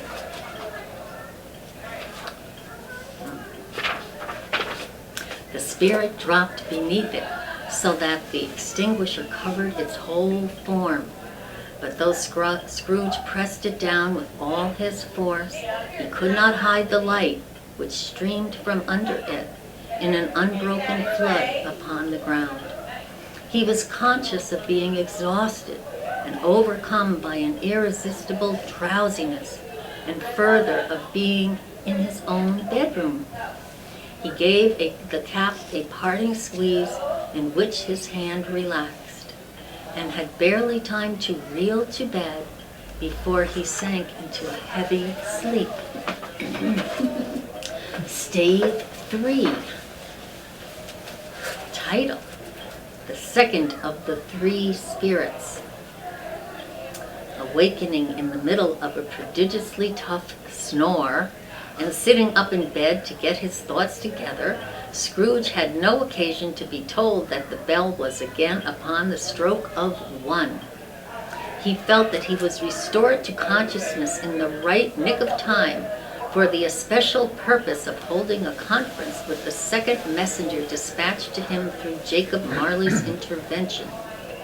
But finding that he turned uncomfortably cold when he began to wonder which of his curtains this new specter would draw back, he put his curtains this new specter would draw back, he put them every one aside with his own hands, and lying down again, established a sharp lookout all around the bed, for he wished to challenge the spirit on the moment of its appearance, and did not wish to be taken by surprise and made nervous.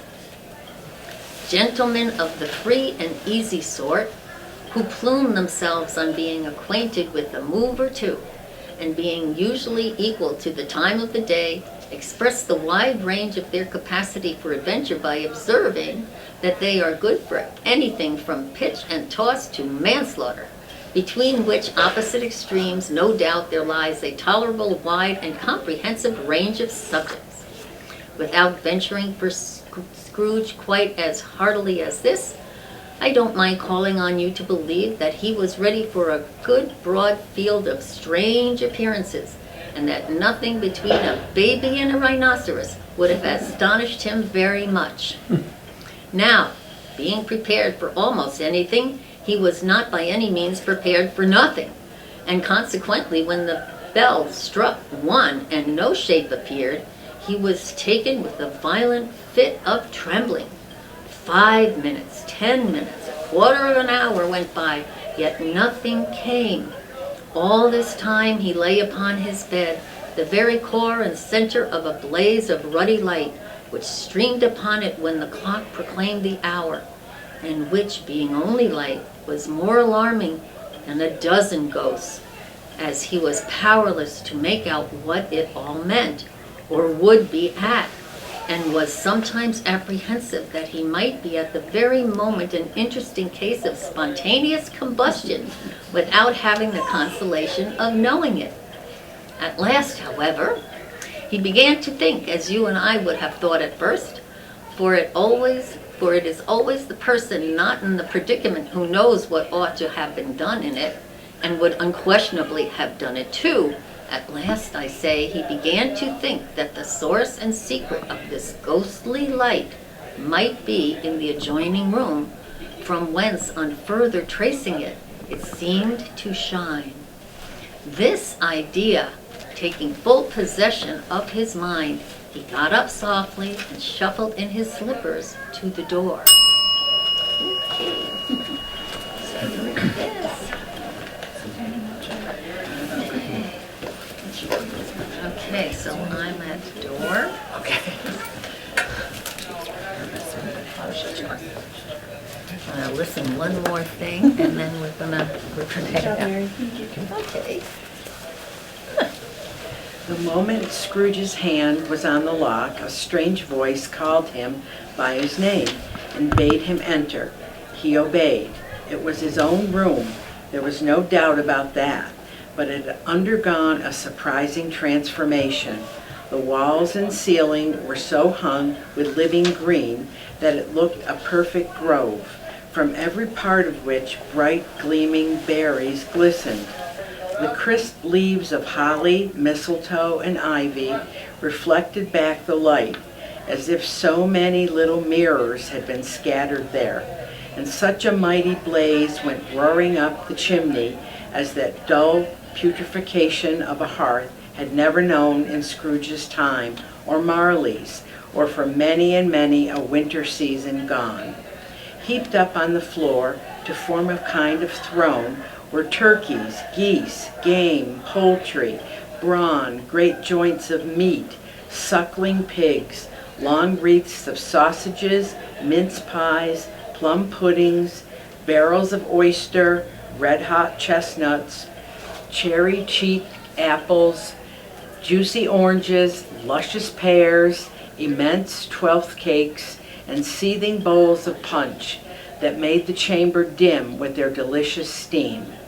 In easy state upon this couch there sat a jolly giant, glorious to see, who bore a glowing torch in shape not unlike Plenty's horn, and held it up, high up, to shed its light on Scrooge as he came peeping round the door. "Come in," exclaimed the ghost. "Come in and know me better, man." Scrooge entered timidly and hung his head before this spirit. He was not the dogged Scrooge he had been, and though the spirit's eyes were clear and kind, he did not like to meet them. "I am the ghost of Christmas present," said the spirit. "Look upon me." Scrooge reverently did so. It was clothed in one simple, deep green robe, or mantle, bordered with white fur. This garment hung so loosely on the figure that its capacious breast was bare, as if disdaining to be warded or concealed by any artifice. Its feet, observable beneath the ample folds of the garment, were also bare, and on its head it wore no other covering than a holly wreath, set here and there with shining icicles. Its dark brown curls were long and free as its genial face, its sparkling eye, its open hand, its cheery voice. its unconstrained demeanor, and its joyful air. Girded round its middle was an antique scabbard, but no sword was in it, and the ancient sheath was eaten up with rust. "You have never seen the like of me before," exclaimed the spirit. "Never," Scrooge made answer to it. "Have never walked forth with the younger members of my family, meaning, for I am very young, my elder brothers born in these years," pursued the phantom. "I don't think I have," said Scrooge. "I am afraid I have not. Have you had many brothers, spirit?" "More than 1,800, said the ghost. "A tremendous family to provide for," muttered Scrooge. The ghost of Christmas present rose. "Spirit," said Scrooge submissively, "conduct me where you will. I went forth last night on compulsion, and I learned a lesson which is working now. Tonight, if you ought to teach me, let me profit by it. Touch my robe." Scrooge did as he was told and held it fast. Holly, mistletoe, red berries, ivy, turkeys, geese, game, poultry, brawn, meat, pigs, sausages, oysters, pies, puddings, fruit and punch all vanished instantly.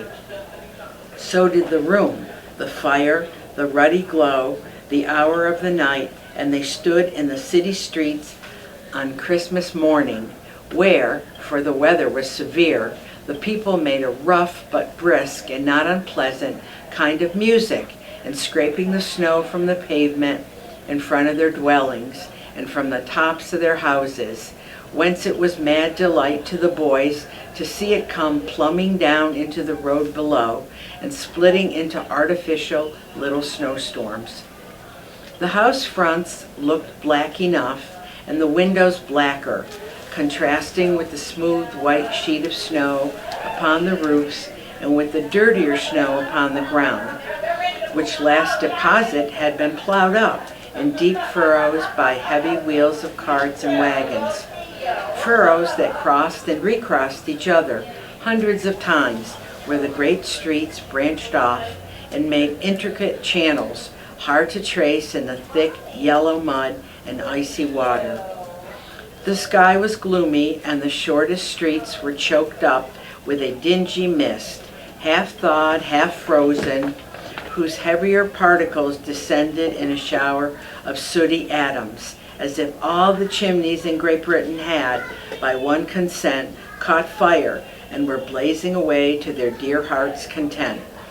There was nothing very cheerful in the climate or the town, and yet was there an air of cheerfulness abroad that the cleverest summer air and brightest summer sun might have endeavored to diffuse in vain. For the people who were shoveling away on the housetops were jovial and full of glee, calling out to one another from the parapets, and now and then exchanging a facetious snowball, better-natured missile far than many a wordy jest, laughing heartily as if it went right, and not less heartily if it went wrong. The poulterers' shops were still half open, and the fruiters were radiant in their glory. There were great, round, pot-bellied baskets of chestnuts, shaped like the waistcoats of jolly old gentlemen, lolling at the doors and tumbling down into the streets, their apoplectic opulence. There were ruddy, brown-faced, broad-girthed Spanish onions, shining in the fatness of their growth, like Spanish friars, and winking from their shelves in wanton slyness at the girls as they went by, and glanced demurely at the hung-up mistletoe. There were pears and apples clustered high in blooming pyramids. There were bunches of grapes made in the shopkeeper's benevolence to dangle from capricious hooks that people's mouths might water gratis as they passed. There were piles of filberts, mossy and brown, recalling in their fragrance ancient walks among the woods, and pleasant shufflings ankle-deep, though withered leaves. There were Norfolk biffins, squat and swarthy, setting off the yellow of the oranges and lemons, and in the great compactness of their juicy persons, urgently entreating and beseeching to be carried home in paper bags and eaten after dinner. The very gold and silver fish set forth among these choice fruits in a bowl, though members of the dull and stagnant-blooded race appeared to know that there was something going on, and to a fish went grasping round and round their little world in slow and passionless excitement. The grocers, oh the grocers, neatly closed with perhaps 2 shutters down or 1, but though those gaps such glimpses, it was not alone that the scales descending on the counter made a merry sound, or that the twine and roller parted company so briskly, or that the canisters were rattled up and down like juggling tricks, or even that the blended scents of tea and coffee were so grateful to the nose, or even that the raisins were so plentiful and rare, the almonds so extremely white, the sticks of cinnamon so long and straight, the other spices so delicious, the candied fruits so caked and spotted with molten sugar as to make the coldest lookers-on feel faint, and subsequently bilious. Nor was it the figs were moist and pulpy, or that the French plums blushed in modest tartness from their highly decorated boxes, or that everything was good to eat and in its Christmas dress. But the customers were all so hurried and so eager in the hopeful promise of the day that they tumbled up against each other at the door, crashing their wicker baskets wildly, and left their purchases upon the counter, and came running back to fetch them, and committed hundreds of the like mistakes in the best humor possible, while the grocer and his people were so frank and fresh that the polished hearts with which they fastened their aprons behind might have been their own, worn outside for general inspection and for Christmas daws to peck at if they chose. But soon the steeples called good people all to church and chapel, and away they came, flocking through the streets in their best clothes and with their gayest faces. And at the same time there emerged, from the scores of by-streets, lanes, and nameless turnings, innumerable people, carrying their dinners to the bakers' shops. The sight of these poor revelers appeared to interest the spirit very much, for he stood with Scrooge beside him in a baker's doorway, and taking off the covers as their bearers passed, sprinkled incense on their dinners from his torch. And it was a very uncommon kind of torch, for once or twice, when there were angry words between some dinner carriers who had jostled each other, he shed a few drops of water on them, and their good humor was restored directly. For they said it was a shame to quarrel upon Christmas Day, and so it was. God love it, so it was.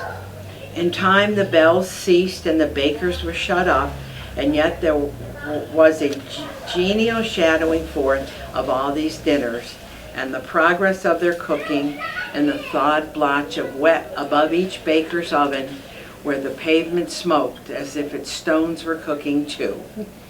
Is there a peculiar flavor in what you sprinkle from your torch? Asked Scrooge. There is, my own. Would it apply to any of dinner on this day? Asked Scrooge. To any kindly given, to a poor one most. Why to a poor one most? Asked Scrooge. Because it needs it the most. Spirit, said Scrooge, after a moment's thought, I wonder you, of all the beings in the many worlds about us, should desire to cramp these people's opportunity of innocent enjoyment. I, cried the Spirit, you would deprive them of their means of dining every 7th day, often the only day on which they can be said to dine at all, said Scrooge. Wouldn't you? I, cried the Spirit, you seek to close these places on the 7th day, said Scrooge, and it comes to the same thing. I seek, exclaimed the Spirit.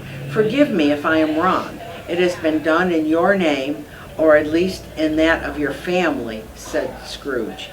There are some upon this earth of yours returned.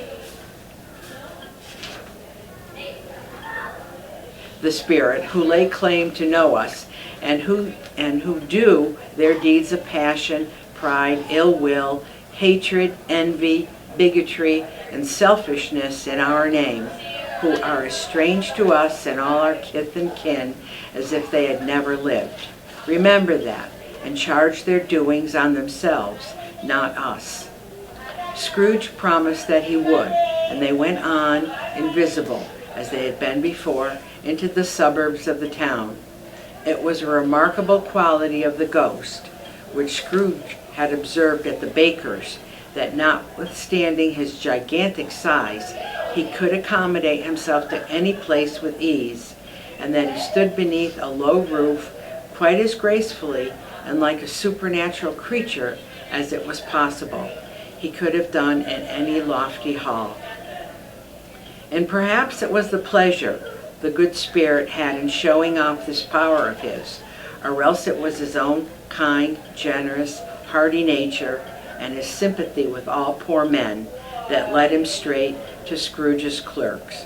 For there he went and took Scrooge with him, holding to his robe, and on the threshold of the door the spirit smiled and stopped to bless Bob Cratchit's dwelling with the sprinklings of his torch. Think of that! Bob had but 15 bob a week himself.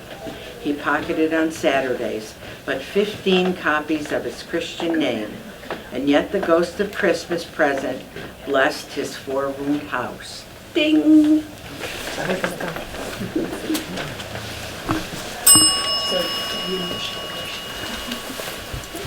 Yeah, thanks, Mary. Thanks. Nice to see you. Right in the bottom. And you can start right there. Get up.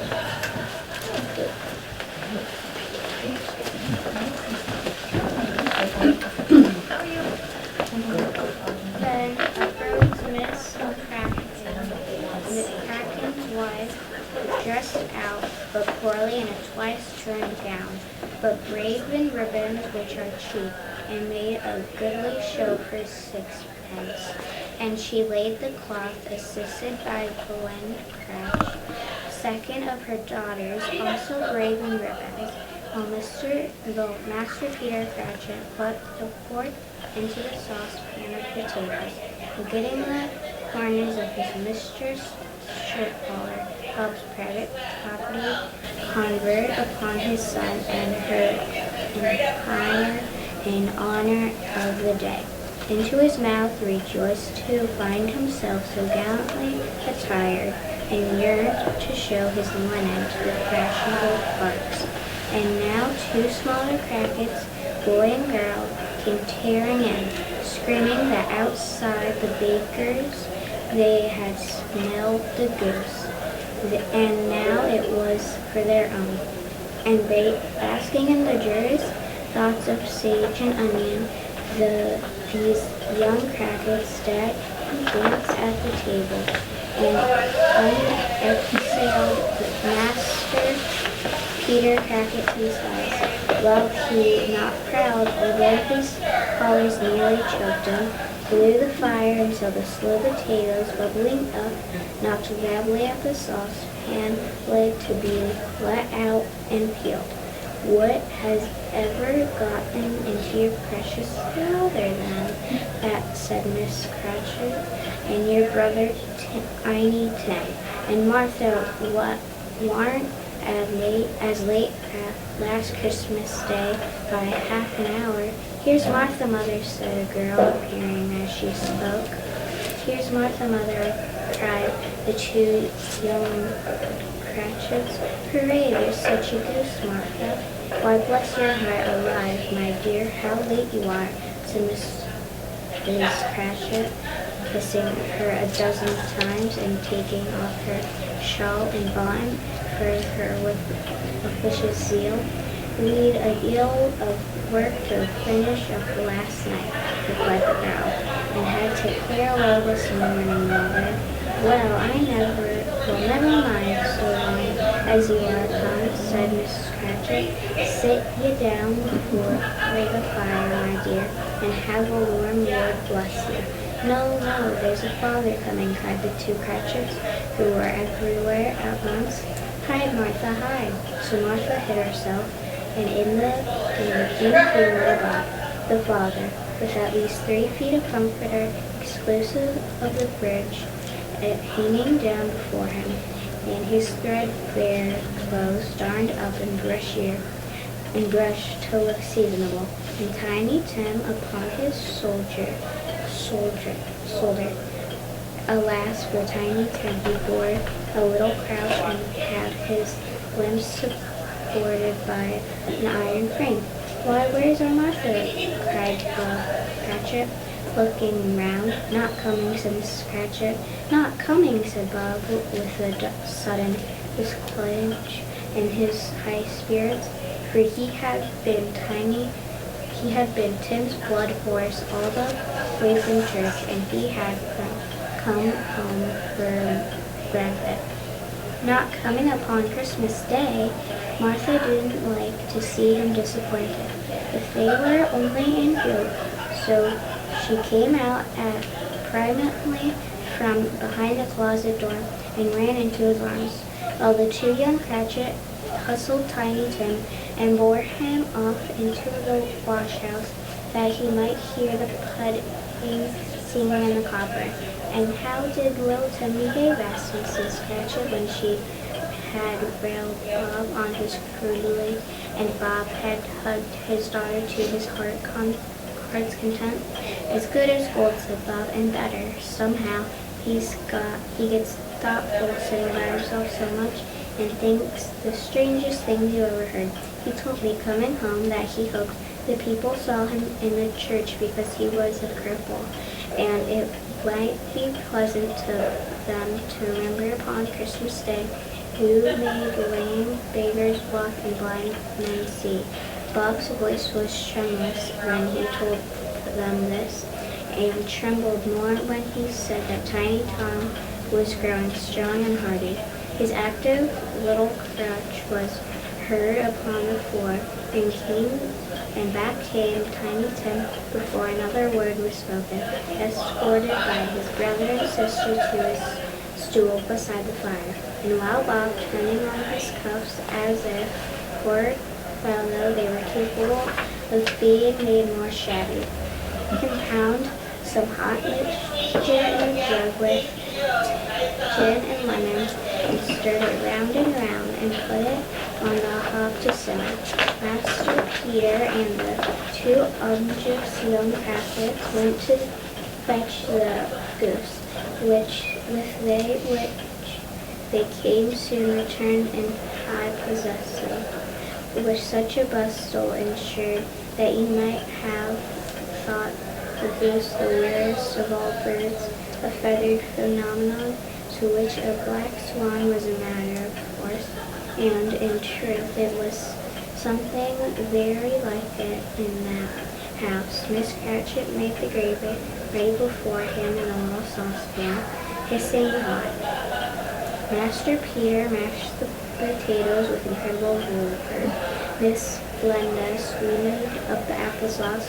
Martha dusted the hot plates. Bob took Tiny Tim beside him in a tiny corner of the table. The 2 young Cratchits set chairs for everyone, not forgetting themselves, and mounting guard upon their posts, crammed spoons into their mouths, lest they should shriek for goose before he had been Tim's blood horse all the way from church. Their turn came to be helped. At last the dishes were set on, and grace was said. It was succeeded by a breathless pause as Miss Cratchit, looking slowly all along the carving knife, prepared to plunge it in the breast. But when she did, and when the long-expected gush of stuffing issued forth, one murmur of delight arose all around the board, and even Tiny Tim, excited by the 2 young Cratchits, beat on the table with the handle of his knife, and feebly cried hooray. "There never was such a goose," Bob said. He didn't believe there ever was such a goose cooked. Its tenderness and flavor, size and cheapness were the themes of universal admiration. Eked out by applesauce and mashed potatoes, it was sufficient dinner for the whole family. Indeed, as Miss Cratchit said with great delight, surveying one small atom of a bone upon the dish, they hadn't ate it all last year. Everyone had enough, and the youngest Cratchit in particular were steeped in sage and onion to the eyebrows.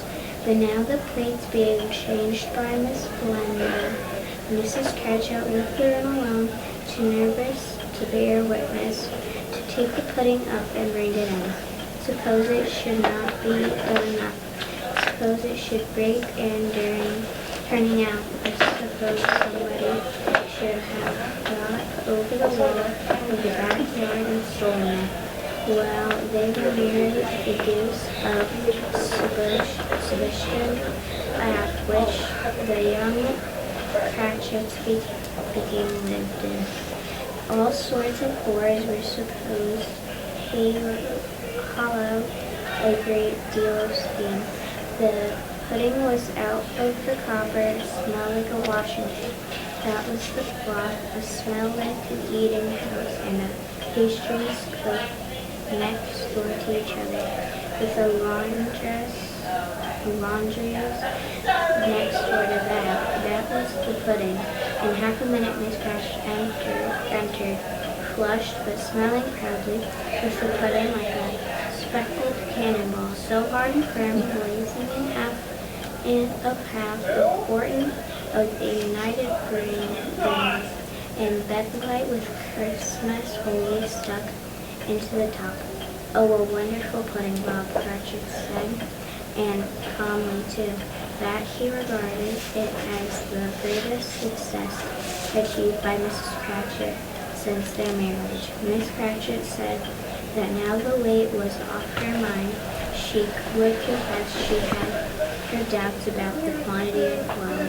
Everybody had said something Yeah, travel to the future, and this is not how it's nobody supposed to said or thought it was at all a small pudding for a large family. It would have been fast Hersey to do so. Any Cratchit would have blushed to hint at such a thing. At last the dinner was all done. The cloth was cleared, the hearth swept, and the fire made up. The compound in the jug being tasted and considered perfect, apples and oranges were put on the table, and a shovel full of chestnuts on the fire. Then all the Cratchit family drew round the hearth in what Bob Cratchit called a circle, meaning half a one, and at Bob Cratchit's elbow stood the family display of glass, 2 tumblers and custard cup without a hand. These held the hot stuff from the jug, however, as well as golden goblets would have done, and Bob served it out with beaming looks while the chestnuts on the fire sparkled and cracked noisily. Then Bob proposed, "A Merry Christmas to us all, my dears, God bless us," which all the family rejoiced. "God bless us, everyone," said Tiny Tim, the last of all. He sat very close to his father's side upon his little stool. Bob held his withered little hand to his, as if he loved the child, and wished to keep him by his side, and dreaded that he might be taken from him. "Spirit," said Scrooge, with an interest he had never felt before, "tell me if Tiny Tim won't live." "I see a vacancy," replied the ghost, "in the poor chimney corner, and a crutch without an owner, carefully preserved. If these shadows remain unaltered by the future, the child will die." "No, no," said Scrooge, and my kind spirit say he will be spared. If These shadows remain unaltered by the future. None other of my race who trained ghosts will find him here. What then if he be led to die? He had better do it and decrease the surplus population. Scrooge hung his head to hear his own words quoted by the Spirit, and was overcome with penitence and grief. Man, said the ghost, if man you being are not a man, forbear that wicked camp until you have discovered what the surplus is, and where is it? Will you decide that men shall live, what men shall die? It may be that in the sight of heaven you are more worthless and less fit to live than millions like this poor man's child. O God, to hear the insect on the leaf pronouncing on the too much life among his hungry brothers in the dust. Good job.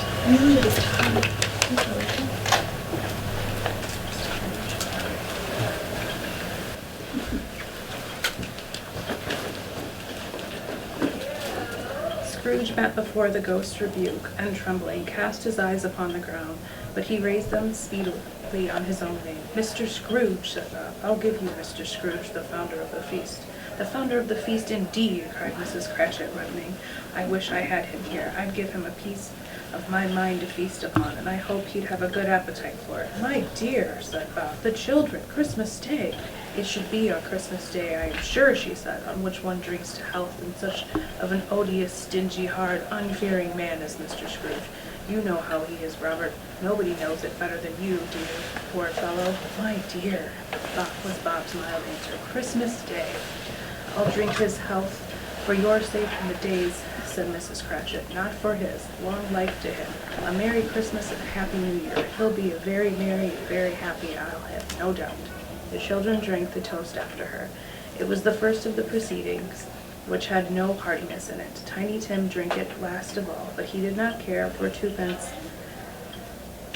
He did not care twopence for it. Scrooge was the ogre of the family. The mention of his name cast a dark shadow on the party, which was not dispelled for a full 5 minutes.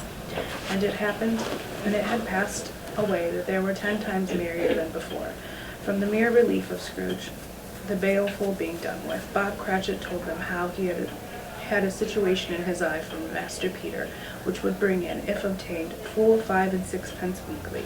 The two young Cratchits laughed tremendously at the idea of Peter's being a man of business, and Peter himself looked thoughtfully at the fire from between his collars as if he were deliberating the particular investments he should favor.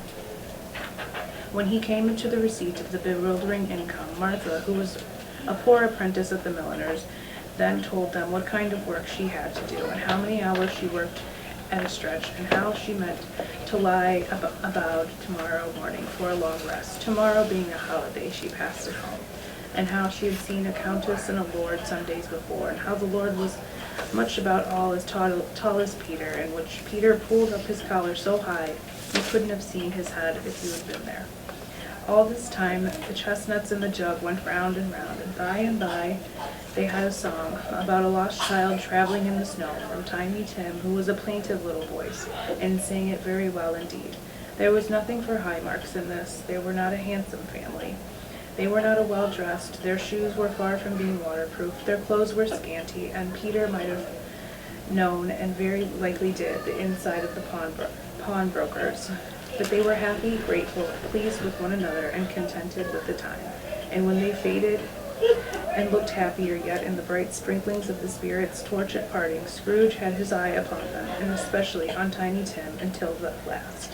By this time it was getting dark, and the snow pretty heavy, and as Scrooge and the Spirit went along the streets, the brightness of the roaring fires in the kitchen, parlors, and all sorts of rooms was wonderful. Here the flickering of the blaze showed preparations for a cozy dinner, and hot plates breaking through and through the fire, deep red curtains ready to be drawn to shut out cold and darkness. There all the children of the house were running out and into the snow to meet their married sisters, brothers, cousins, uncles, aunts, and to be the first to greet them. Here again were shadows on the window blinds of guests assembling. There were a group of handsome girls, all hooded and fur-booted and chattering at once, tripped lightly off to some neighbor's house, where woe upon the single men who saw them enter.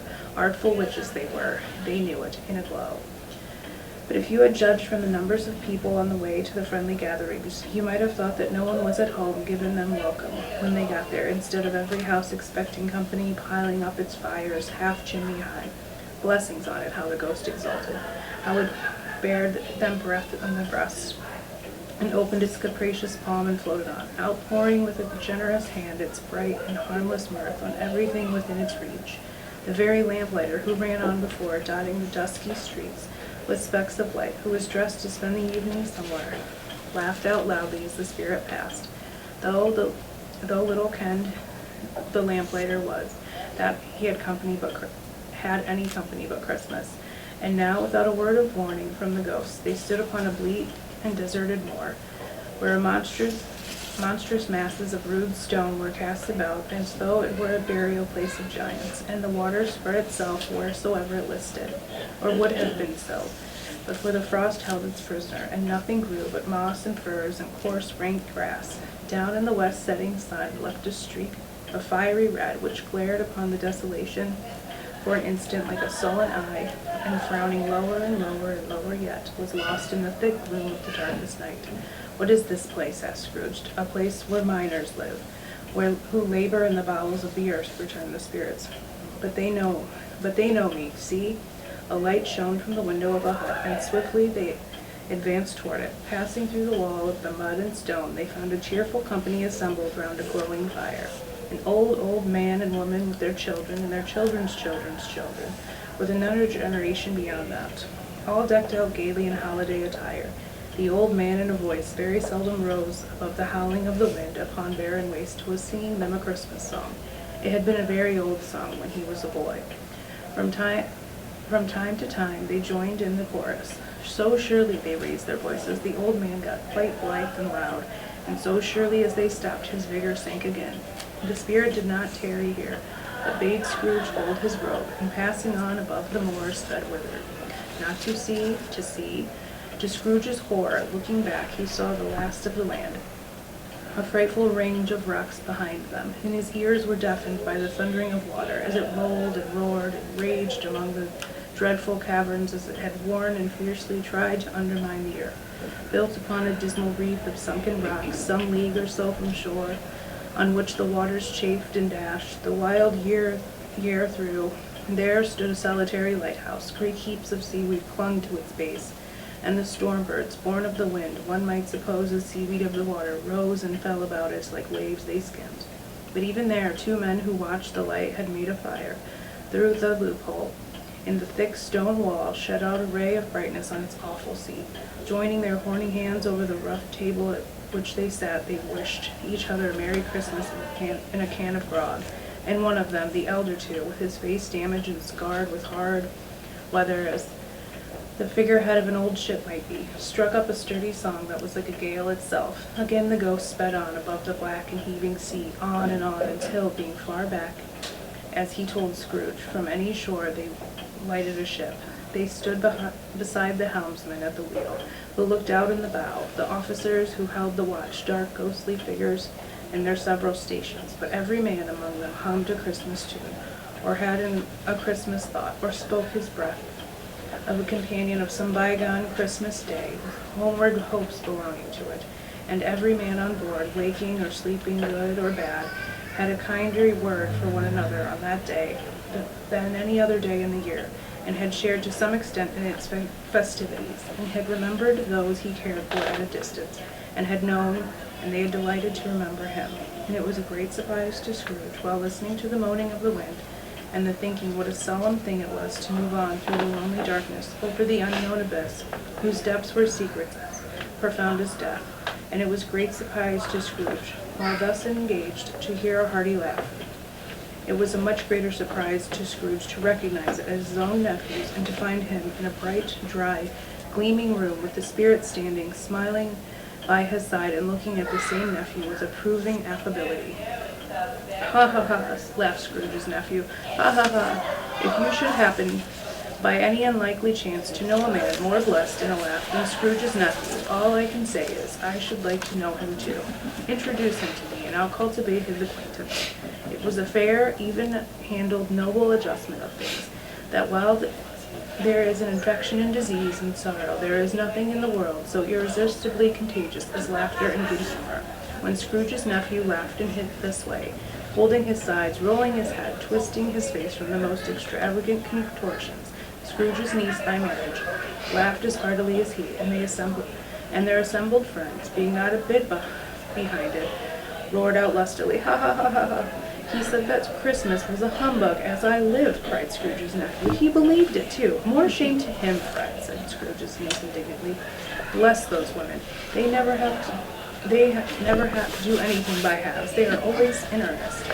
She was very pretty, exceedingly pretty, with a dimpled, surprised-looking capital face, a ripe little mouth that seemed to be made to be kissed, and no doubt at all kinds of good, with little dots about her chin that melted into one another when she laughed, and the sunniest pair of eyes you ever saw in any little creature's head, although she was what you would have called provoking, but satisfactory too. Oh, perfectly satisfactory. He's a comical old fellow, said Scrooge's nephew. That's the truth. Not so much as pleasant as he might be. However, his offenses carry their own punishment, and I have nothing to say against him. I'm sure he's very rich, Fred hinted Scrooge's niece. At least you always tell me so. What of that, my dear, said Scrooge's nephew. His wealth is of no use to him. He doesn't do any good with it. He doesn't make himself comfortable with it. He hasn't the satisfaction of thinking, that is, if he is ever going to benefit us with it. I have no patience with him, observed Scrooge's niece's sisters, and all the other ladies expressed the same opinion. Oh, I have, said Scrooge's nephew. I'm sorry for him. I couldn't be angry with him if I tried. Who suffers by his ill whims? Himself, always. Here he comes, and he takes it into his head to dislike us, and he won't come and dine with us. What's the consequence? He don't lose much of a dinner. Indeed, I think he loses a very good dinner, interrupted Scrooge's niece. Everyone else said the same, and they must be allowed to have been competent judges, because they just had dinner, and with the dessert upon the table were clustered round the fire by lamplight. Well, I'm very glad to hear it, said Scrooge's nephew, because I haven't any great faith in the young housekeepers. What do you say, Topper? Topper had clearly got his eyes upon Scrooge's niece's sister, for he answered that a bachelor was a wretched outcast who had no right to express an opinion on the subject, whereat Scrooge's niece's sisters, the plump one with the lace tucker, not the one with the roses, blushed. Do go on, Fred, said Scrooge's niece, clapping her hands. He never finishes what he begins to say. He is such a ridiculous fellow. Scrooge's nephew reveled in another laugh, and it was as impossible to keep the infection off, though the plump sister tried to do so with aromatic vinegar. His example was unanimously followed. I was only going to say, said Scrooge's nephew, that the consequence of his taking to dislike us and not making merry with us, as I think, that he loses some pleasant moments, which could do him no harm. I am sure he loses pleasanter companions than he can find in his own thoughts, either in his moldy old office of dusty chambers. I mean to give him the same chance every year, whether he likes it or not, for I pity him. He may rail at Christmas till he dies, but he can't help thinking better of it. I defy him, if he finds me going there in good temper year after year after year and saying, Uncle Scrooge, how are you? If it only puts him in the vein to leave the poor clerk 50 pounds, that's something. And I think I shook him yesterday. Well, do you mind reading? Sure. There's Mary, just in time. I hear. Yes. Sorry. I can go afterwards if there's. Oh gosh. No. I'm blaming it on Phil for eating too much. Is that a good excuse? Okay. Hi there. Oh no, Hi. we're being filmed? You're on. Dalton TV. What's that? It's public I'm access. filming for Dalton Television. It's not live, is it? Okay. No. No, it's not Okay, live. can I wipe my eyes? Wait. Do you have a Kleenex? You can move on. You're in. It was their turn to. Yeah, okay. I just have to wipe my eyes and... Take your time. It's Actually, okay. can I go to the restroom and wipe my eyes? Yeah, take a break. We'll take a little break. I'll be right back. Right. Thanks, Mary. It was their turn to laugh now at the notion of his shaking Scrooge. But being thoroughly good-natured and not much caring what they laughed at, so that they laughed at any rate, he encouraged them in their merriment and passed the bottle joyously. After tea they had some music, for they were a musical family and knew what they were about when they sung a glee or catch, I can assure you, especially Topper, who would growl away in the bass like a good one and never swell the large veins in his forehead or get red in the face over it. Scrooge's niece played well upon the harp, and played, among other tunes, a whistle, a simple little air, a mere nothing, you might learn to whistle it in 2 minutes, which had been familiar to the child who fetched Scrooge from the boarding school, as he had been reminded by the ghost of Christmas past. When this strain of music sounded, all the things that ghosts had shown him came upon his mind. He softened more and more, and thought that if he could have listened to it often, years ago, he might have cultivated the kindnesses of life for his own happiness with his own hands, without resorting to the sexton's spade that buried Jacob Marley. But they didn't devote the whole evening to music. After a while they played at forfeits, for it is good to be children sometimes, and never better than at Christmas, when its mighty founder was a child himself. Stop, there was first a game at blind man's bluff.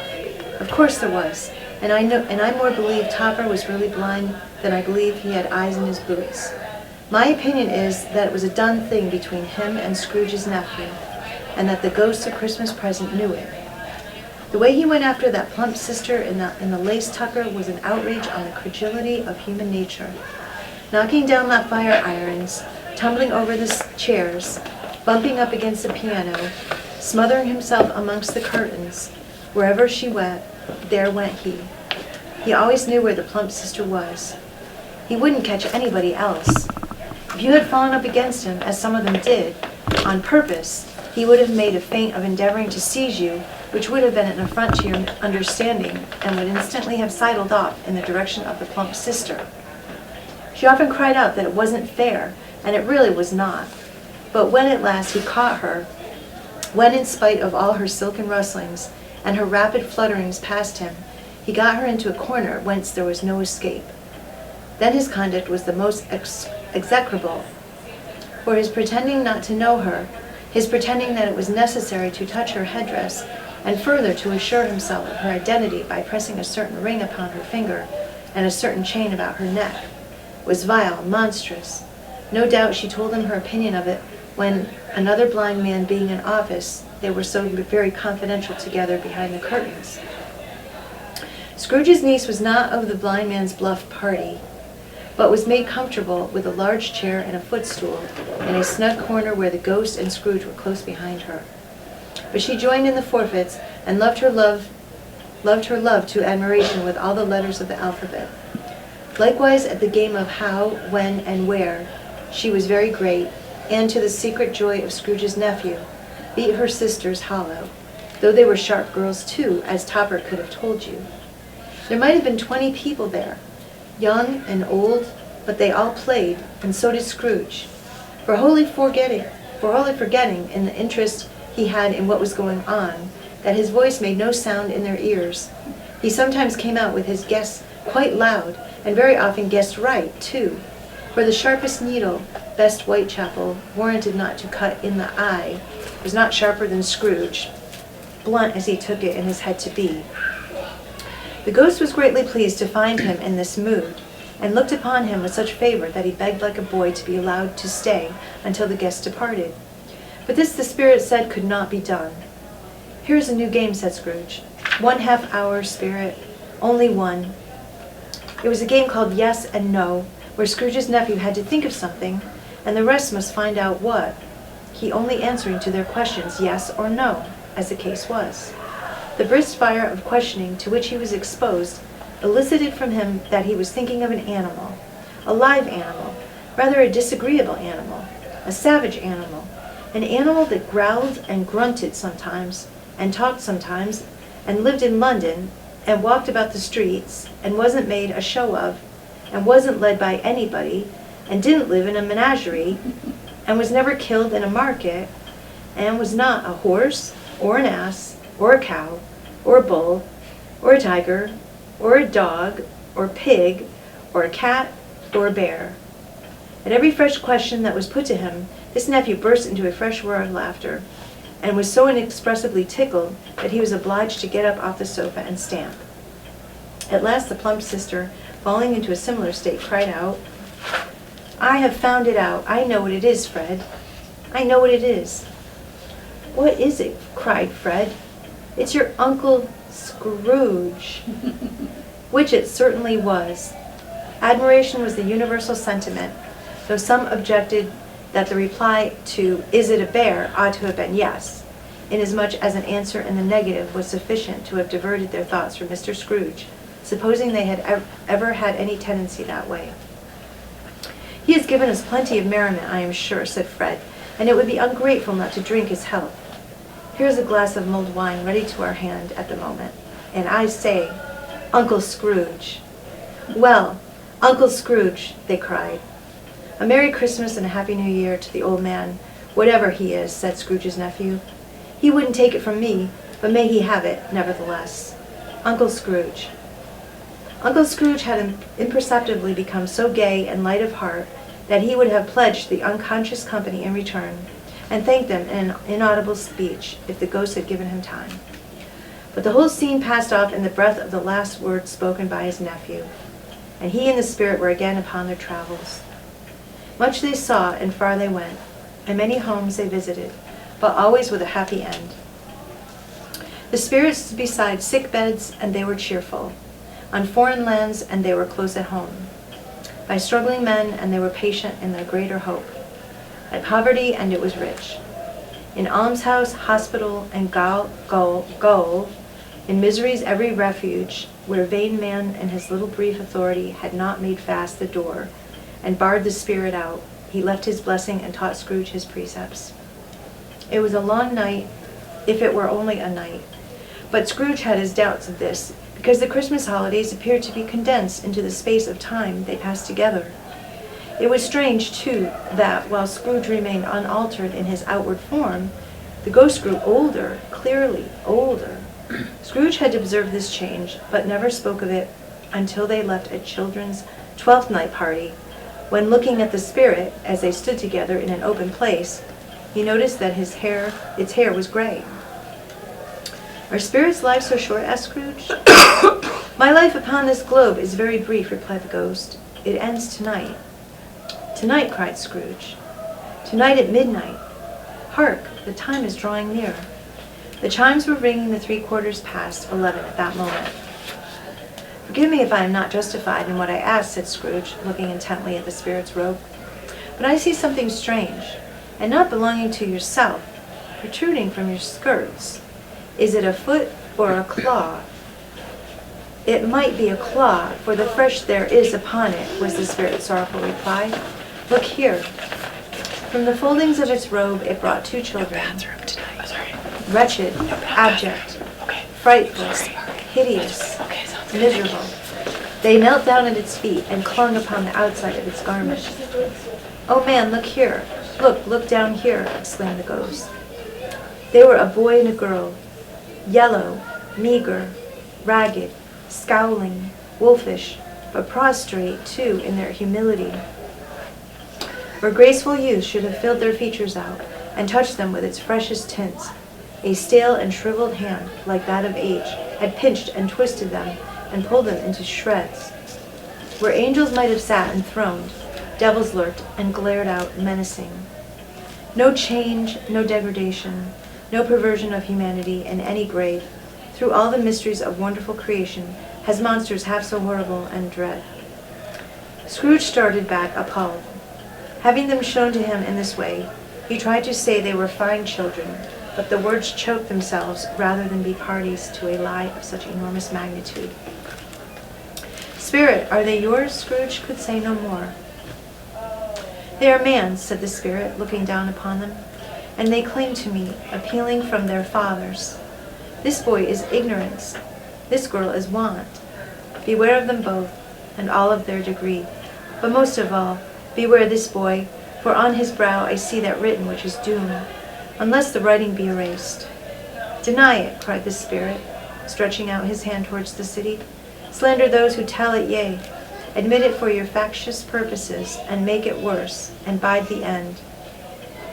Have they no refuge or resource, cried Scrooge. Are there no prisons, said the spirit, turning on him for the last time with his own words. Are there no workhouses? The bell struck 12. Scrooge looked about him for the ghost and saw it not. As the last stroke ceased to vibrate, he remembered the prediction of old Jacob Marley, and lifting up his eyes, beheld a solemn phantom, draped and hooded, coming like a mist along the ground towards him.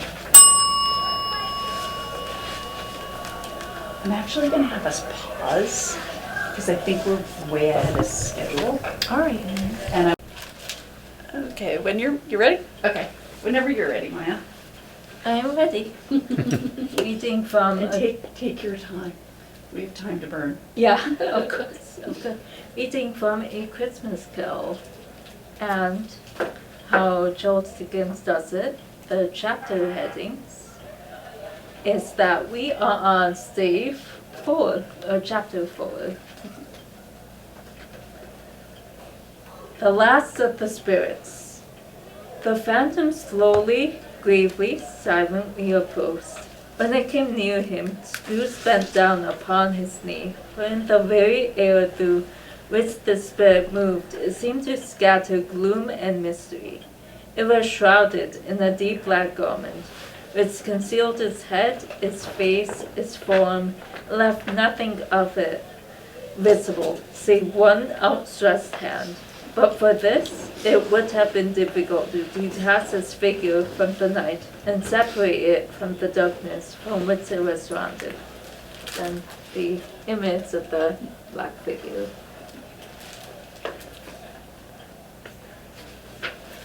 He felt that it was tall and stately when it came beside him, and that its mysterious presence filled him with a solemn dread.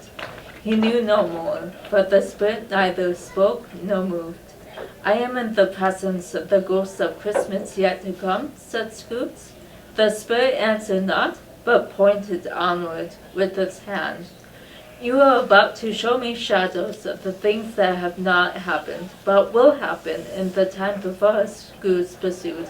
Is that so, spirit? The upper portion of the garment was contracted for an instant in its folds, as if the spirit had inclined his head. That was the only answer he received. Although well used to ghostly company by this time, Scrooge feared the silent shape so much that his legs trembled beneath him, and he found that he could hardly stand when he prepared to follow it. The spirit paused a moment, as observing his condition and giving him time to recover. But Scrooge was all the worse for this. It thrilled him with a vague, uncertain horror to know that behind the dusky shroud there were ghostly eyes intently fixed upon him, while he, though he stressed his own to the utmost, could see nothing but a spectral hand and one great heap of black. Ghosts of the future, he exclaimed, I fear you more than any spectre I have seen. But as I know your purpose is to do me good, and as I hope to live to be another man from whence I was, I am prepared to bear your company, and do it with a thankful heart. Will you not speak to me? It gave him no reply. The hand was pointed straight before them. Lead on, said Scrooge, lead on. The night is waning fast, and it is precious time to me, I know. Lead on, spirit. The phantom moved away, as it had come towards him. Scrooge followed in the shadow of his dress, which bore him up, he thought, and carried him along. They scarcely seemed to enter the city, but the city rather seemed to spring up about them, and encompass them of its own act. But though they were in the heart of it, on chains among the merchants who hurried up and down and jinked the money in their pockets, and conversed in groups and looked at their watches, and trifled thoughtfully with the great gold seals, and so forth, as Scrooge had seen them often. The spirit stopped beside one little knot of businessmen, observing that the hand was pointed to them. Scrooge advanced to listen to the talk. "No," said a great fat man with a monstrous chin. "I don't know much about it either way. I only know he's dead." "When did he die?" inquired another. "Last night, I believe." "Why, what was the matter with him?" asked the third, taking a vast quantity of snuff out of a very low snuff box. "I thought he never died." "God knows," said the first with a yawn. "What has he done with his money?" asked the red-faced gentleman with a pendulous excrescence on the end of his nose that shook like the gills of a turkey cock. "I haven't heard," said the man with the low chin, yawning again.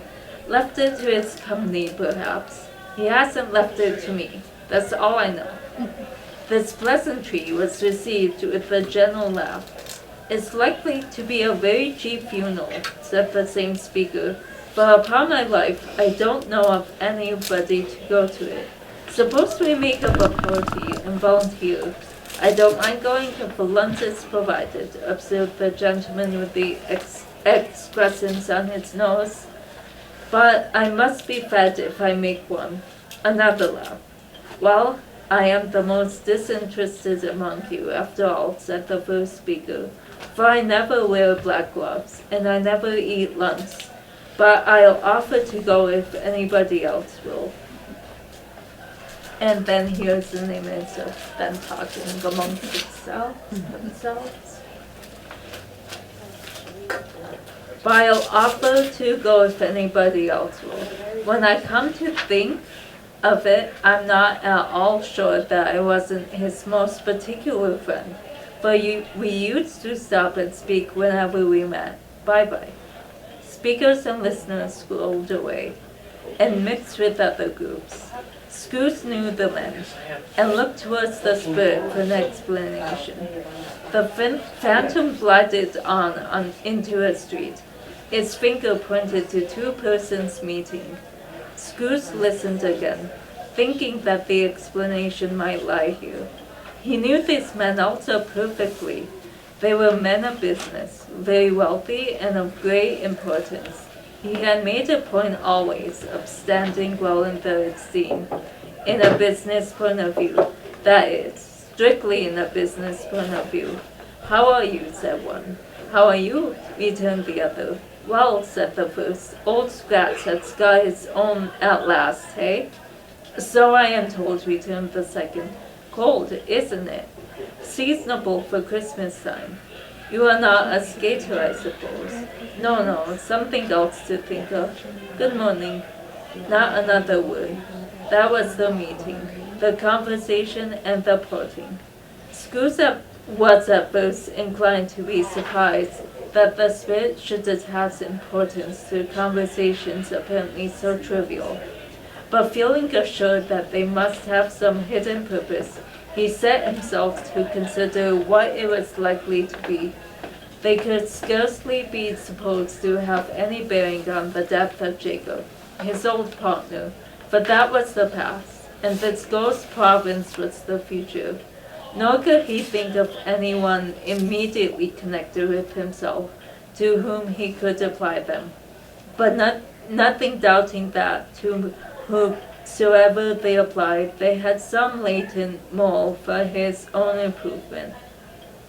He resolved to treasure up every word he heard and everything he saw, and especially to observe the shadow of himself when it appeared, for he had an expectation that the conduct of his future self would give him the clue he missed, and would render the solution of these riddles easy. He looked about in that very place for his own image, but another man stood in its accustomed corner, and though the clock pointed to its usual time of day, for being there he saw no likeness of himself among the multitudes that poured in through the pores. It gave him little surprise, however. but he had been revolving in his mind a change of life and thought, and hoped he saw his newborn resolutions carried out in this. Quiet and dark, beside him, stood the phantom, with his outstretched hand. When he roused himself from its thoughtful quest, he fancied from the turn of the hand and its situation in reference to himself that the unseen eyes were looking at him keenly. It made him shudder and feel very cold. They left the busy scene and went into an obscure part of town where Scrooge had never penetrated before, though he recognized its situation and its bad repute. The ways were foul were narrow, the shop and houses wretched, the people half naked, drunken, slipshod, ugly. Alleys and archways, like so many cesspools, disgorged the offences of smell and dirt. And life upon the straggling streets, and the whole quarter reeked with crime, with filth, and with misery. For in this den of infamous resort, there was a low-browed, beetling shop, below a penthouse roof, where iron, old rags, bottles, bones, and greasy offal were bought. Upon the floor within were piled heaps of rusty keys, nails, chains, hinges, files, scales, weights, and refused iron of all kinds. Secrets that few would like to scrutinize were bred and hidden in mountains of unseemly rags, masses of corrupted fat, and sepulchres of bones. Sitting in among the wares he dealt in by a charcoal stove made of cold bricks was a gray-haired rascal, nearly 70 years of age, who had screened himself from the cold air without by a frowsy curtaining of miscellaneous satires hung upon a line, and smoked his pipe in all the luxury of calm retirement. Scrooge and the Phantom came into the presence of this man, just as a woman with a heavy bundle slunk into the shop. But she had scarcely entered when another woman, similarly laden, came in too, and she was closely followed by a man in faded black, who was no less startled by the sight of them than they had been upon the recognition of each other. After a short period of blank astonishment, in which the old man with the pipe had joined them, they all three burst into a laugh. "Let the charwoman alone to be the first," cried she who had entered first. "Let the laundress alone to be the second. And let the undertaker's man alone to be the third. Look here, old Joe, here's a chance, if we haven't all three met here without meaning it." "You couldn't have met in a better place," said old Joe, removing his pipe from his mouth. "Come into the parlor. You were made free of it long ago, you know, and the other two aren't strangers. Stop till I shut the door of the shop. Ah, how it streaks! There ain't such a rusty bit of metal in the place as its own hinges, I believe, and I'm sure there's no such old bones here as mine. Ha ha! We're all suitable to us of our calling. Well, miss, come into the parlor. Come into the parlor." The parlor was the space behind the screen of rags. The old man raked the fire together with an old steel rod, and having trimmed his smoky lamp, for it was night, but with the stem of his pipe, put it into its mouth again. When he did this, the woman who had already spoken threw her bundle on the floor and sat down in a flaunting manner on a stool, crossing her elbows on her knees, looking with a bold defiance at the other two. "What odds, then? What odds, Mrs. Dilber?" said the woman. "Every person has the right to take care of themselves. He always did." "That's true indeed," said the laundress. "No man more so." "Why then, don't stand staring as if you were afraid, woman. Who's the wiser? We're not going to pick holes in each other's coats, I suppose." "No, indeed," said Mrs. Dilber and the man together. "We should hope not." "Very well, then," cried the woman. "That's enough. Who's the worse for the loss of a few things like these? Not a dead man, I suppose. No, indeed, said Mrs. Dover, laughing. If he wanted to keep him after he was dead, a wicked old screw, pursued the woman. Why wasn't he natural in his lifetime? If he had been, he'd have had somebody to look after him when he was struck with death, instead of lying gasping out his last there, alone by himself. It's the truest word that ever was spoke, said Mrs. Dover. Is a judgment on him. Marcus. Nancy, you're next. Are you Bill? Yes, I am. Awesome. Okay. Yep. We're almost at the end. We're way ahead of schedule. Oh, well, so I'm not gonna finish Give you the before. Wait, let's see, it's a judgment on him.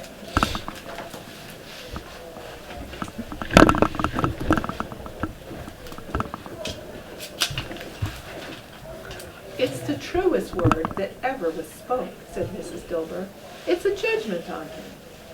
I wish it was a little heavier judgment, replied the woman, and it should have been. You may depend upon it. If I could have laid my hands on anything else. Open that bundle, old Joe, and let me know the value of it. Speak out plain. I'm not afraid to be the first, nor afraid for them to see. We know pretty well that we were helping ourselves before we met here, I believe. It's no sin. Open the bundle, Joe. But the gallantry of her friends would not allow of this, and the man in faded black, mounting the breech first, produced his plunder. It was not extensive. A seal or two, a pencil case, a pair of sleeve buttons, and a brooch of no great value were all. They were severally examined and appraised by old Joe, who chalked the sums he was supposed to give for each upon the wall, and added them up into a total when he found that there was nothing more to come. That's your account, said Joe, and I wouldn't give another sixpence if I was to be boiled for not doing it. Who's next? So it's kind of a little bit tricky to see the illustration there, but that's their plunder from leaving the neighborhood, I believe. Mrs. Dilber was next. Sheets and towels, a little wearing apparel, 2 old-fashioned silver teaspoons, a pair of sugar tongs, and a few boots. Her account was stated on the wall in the same manner. I always give too much to ladies. It's a weakness of mine, and that's the way I ruin myself, said old Joe. That's your account. If you ask me for another penny, and made it an open question, I repent of being so liberal, and knock off half a crown. And now undo my bundle, Joe, said the first woman. Joe went down on his knees for the greater convenience of opening it, and having unfastened a great many knots, dragged out a large heavy roll of some dark stuff. What do you call this? Said Joe. Bed curtains? Ah, returned the woman, laughing and leaning forward on her crossed arms. Bed curtains. You don't mean to say that you took him down, rings and all, with him lying there? Said Joe. Yes, I do, replied the woman. Why not? You were born to make your fortune, said Joe, and you'd certainly do it.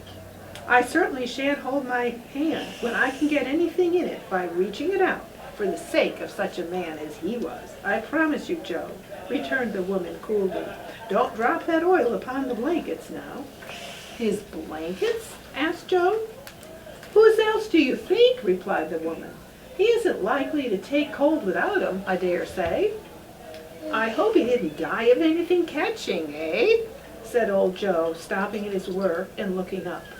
Don't you be afraid of that, returned the woman. I ain't so fond of his company that I'd loiter about him for such things if he did. Ah, you may look through that shirt till your eyes ache, but you won't find a hole in it nor a threadbare place. It's the best he had, and a fine one too. They'd have wasted it if it hadn't been for me. What do you call wasting of it? Asked old Joe. Putting it on him to be buried in, to be sure, replied the woman with a laugh. Somebody was fool enough to do it, but I took it off again. If calico ain't good enough for such a purpose, it isn't good enough for anything. It's quite as becoming to the body. He can't look uglier than he did in that one. Scrooge listened to this dialogue in horror, As they sat grouped about their spoil, in the scanty light afforded by the old man's lamp, he viewed them with a detestation and disgust which would hardly have been greater, though they had been obscene demons marketing the corpse itself. "Ha ha!" laughed the same woman when old Joe produced a flannel bag with money in it, told out their several gains upon the ground. "'Tis the end of it, you see. He frightened everyone away from him when he was alive, to profit us when he was dead. Ha ha ha!" "Spirit," said Scrooge, shuddering from head to foot, I see. The case of this unhappy man might be my own. My life tends that way now. Merciful heaven, what is this?" He recoiled in terror, for the scene had changed, and now he almost touched a bed, a bare, uncurtained bed, on which, beneath a ragged sheet, there lay a something covered up, which, though it was dumb, announced itself in awful language. The room was very dark, too dark to be observed with any accuracy, though Scrooge glanced around it in obedience to a secret impulse, anxious to know what kind of room it was. A pale light, rising in the outer air, fell straight upon the bed, and on it, plundered and bereft, unwatched, unwept, uncared for, was the body of this man. Scrooge glanced toward the phantom. Its steady hand was pointed to the head. The cover was so carelessly adjusted that the slightest raising of it, the motion of a finger upon Scrooge's part, would have disclosed the face.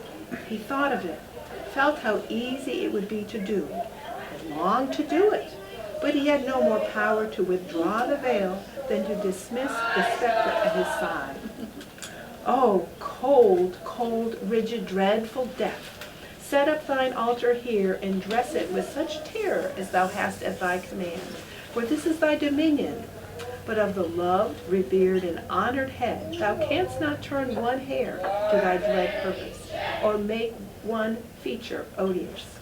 It is not that the hand is heavy and will fall down when released. It is not that the heart and pulse are still, but that the hand was open, generous, and true. The heart brave, warm, and tender, and the pulse a man's. Strike, shadow, strike, and see his good deeds springing from the wound to sow the world with life immortal." No voice pronounced these words in Scrooge's ears, and yet he heard them when he looked upon the bed. He thought, if this man could be raised up now, what would be his foremost thought? Avarice, hard dealing, griping cares? They have brought him to a rich end, truly. He lay in the dark, empty house, with not a man, a woman, or a child to say, "He was kind to me in this or that," and for the memory of one kind word, I will be kind to him. A cat was tearing at the door, and there was a sound of gnawing rats beneath the hearthstone. What they wanted in the room of death, and why they were so restless and disturbed, Scrooge did not dare to think. "Spirit," he said, "this is a fearful place. In leaving it, I shall not leave its lesson. Trust me. Let us go." Still the ghost pointed with an unmoved finger to the head. "I understand you," Scrooge returned, "and I would do it if I could. But I have not the power, Spirit. I have not the power." Again it seemed to look upon him. "If there is any person in the town who feels emotion caused by this man's death," said Scrooge, quite agonized, "show that person to me, Spirit. I beseech you." The phantom spread its dark robe before him for a moment, like a wing, and withdrawing it revealed a room by daylight where a mother and her children were. She was expecting someone, and with anxious eagerness, for she walked up and down the room, startled at every sound, looked out from the window, glanced at the clock, tried, but in vain, to work with her needle, and could hardly hear the voices of her children in their play. At length, the long-expected knock was heard.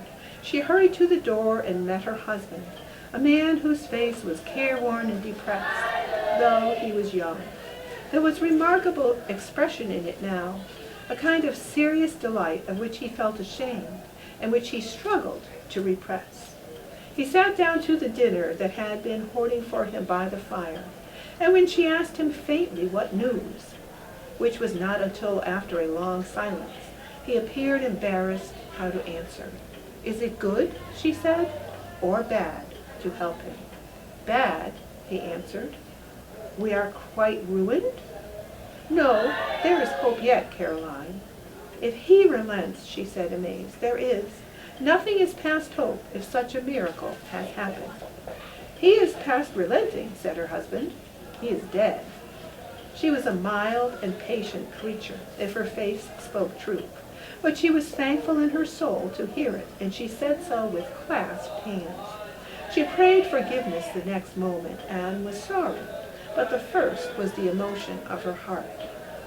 What the half-drunken woman, who I told you of last night, said to me when I tried to see him and obtain a week's delay, and what I thought was a mere excuse to avoid me, turns out to have been quite true. He was not only very ill, but dying then. To whom will our debt be transferred? I don't know, but before that time we shall be ready with the money.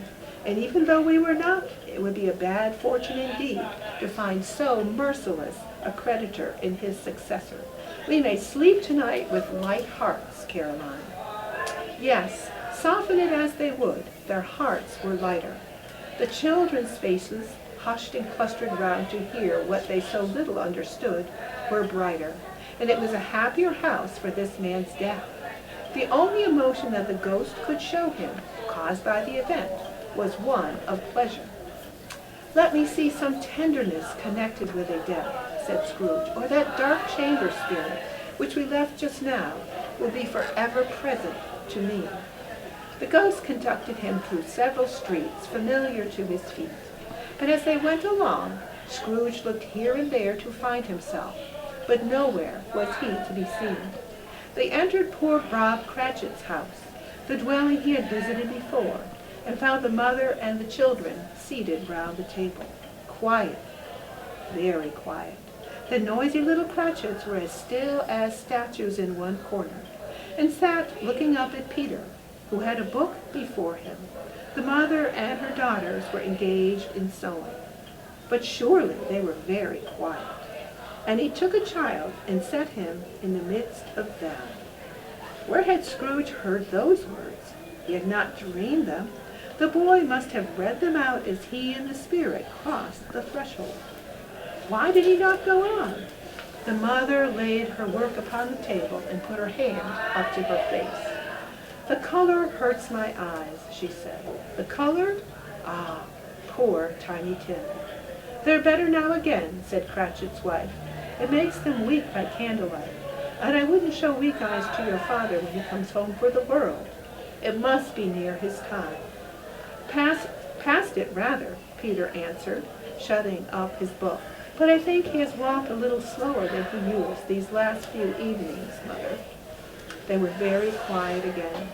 At last she said in a steady, cheerful voice that only faltered once, I have known him walk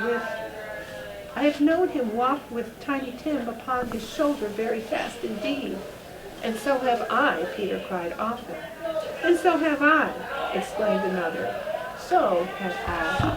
"But he was very light to carry," she resumed, intent upon her work.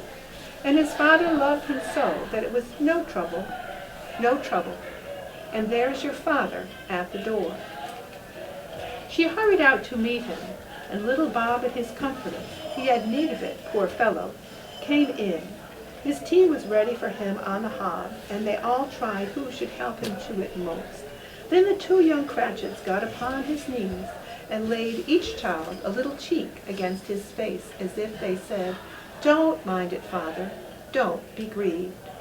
Bob was very cheerful with them and spoke pleasantly to all the family.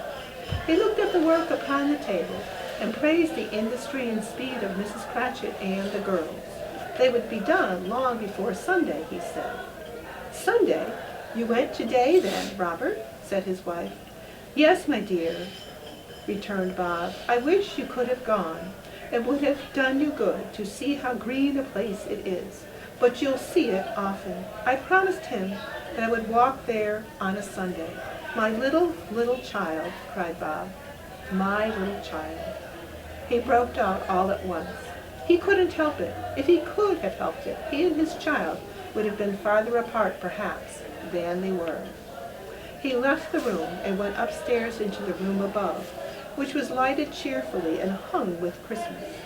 There was a chair set close beside the child, and there were signs of someone having been there lately. Poor Bob sat down in it, and when he had thought a little and composed himself, he kissed the little face. He was reconciled to what had happened, and went down again, quite happy. They drew about the fire and talked, the girls and mother working still.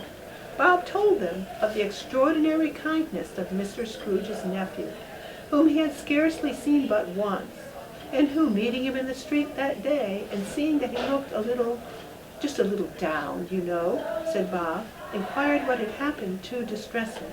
On which, said Bob, for he is the pleasantest spoken gentleman you ever heard, I told him.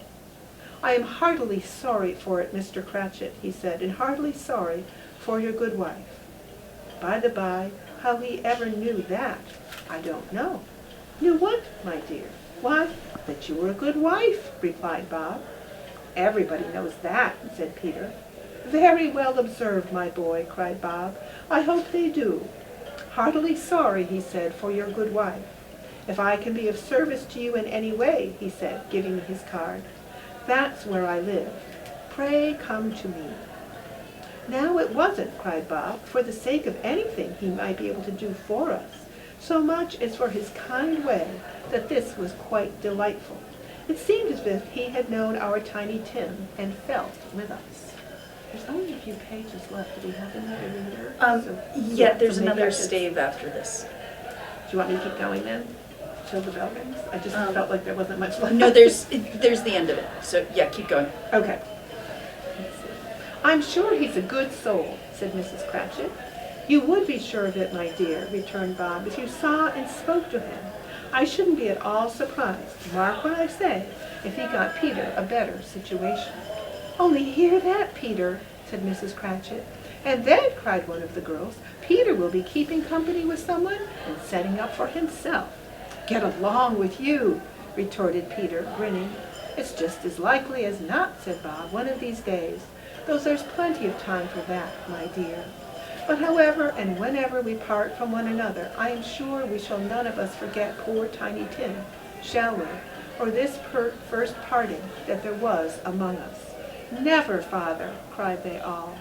And I know, said Bob, I know, my dears, that when we recollect how patient and how mild he was, although he was a little child, we shall not quarrel easily among ourselves and forget poor Tiny Tim in doing it. No, never, father, they all cried again. I am very happy, said little Bob. I am very happy. Mrs. Cratchit kissed him. His daughters kissed him. The two young Cratchits kissed him. And Peter and himself shook hands. Spirit of Tiny Tim, thy childish essence was from God. Spectre, said Scrooge, something informs me that our parting moment is at hand. I know it, but I know not how. Tell me what man that was whom we saw lying dead. The ghost of... Oh, here we go. I might have to turn to the page. Right at the top. Take us home, Bill. Right at the top? Uh-huh. Said take us home. Take us home, okay.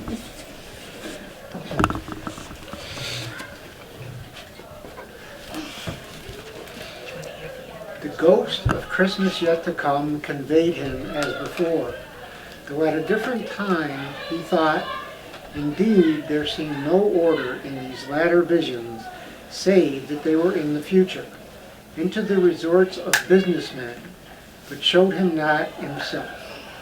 Indeed, the spirit did not stay for anything, but went straight on, as to the end just now desired, until besought by Scrooge to tarry for a moment.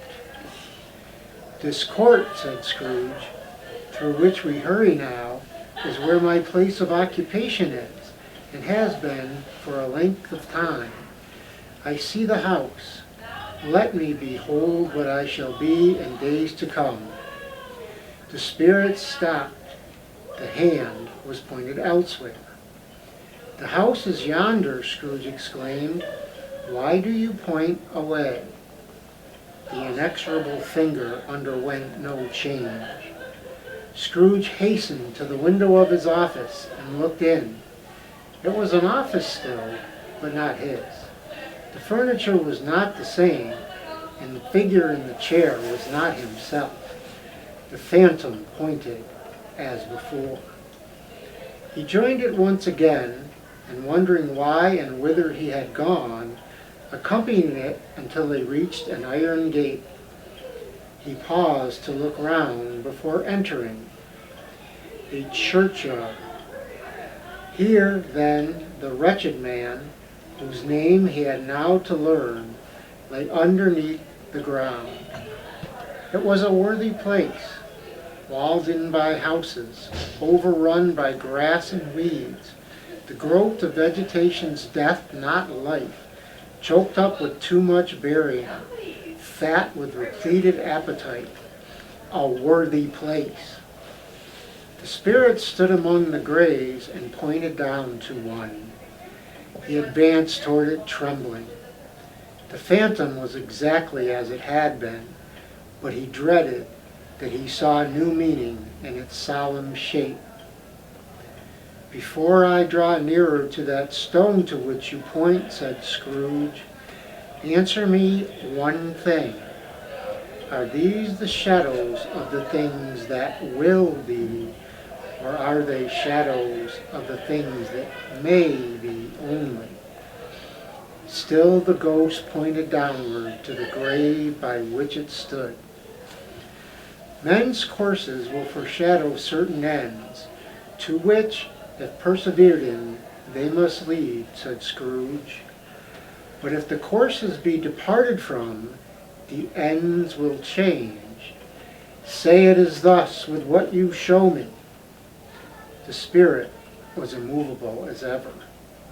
Scrooge crept towards it, trembling as he went, following the finger, read upon the stone of the neglected grave his own name, Ebenezer Scrooge.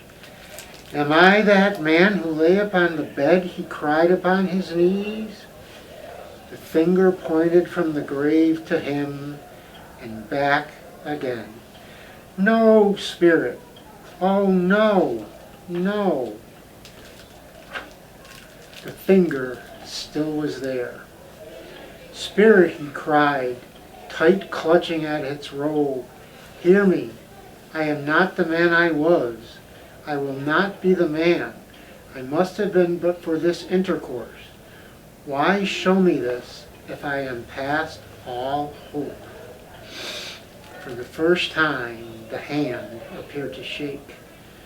"Good spirit," he pursued, as down upon the ground he fell before it, "your nature intercedes for me and pities me.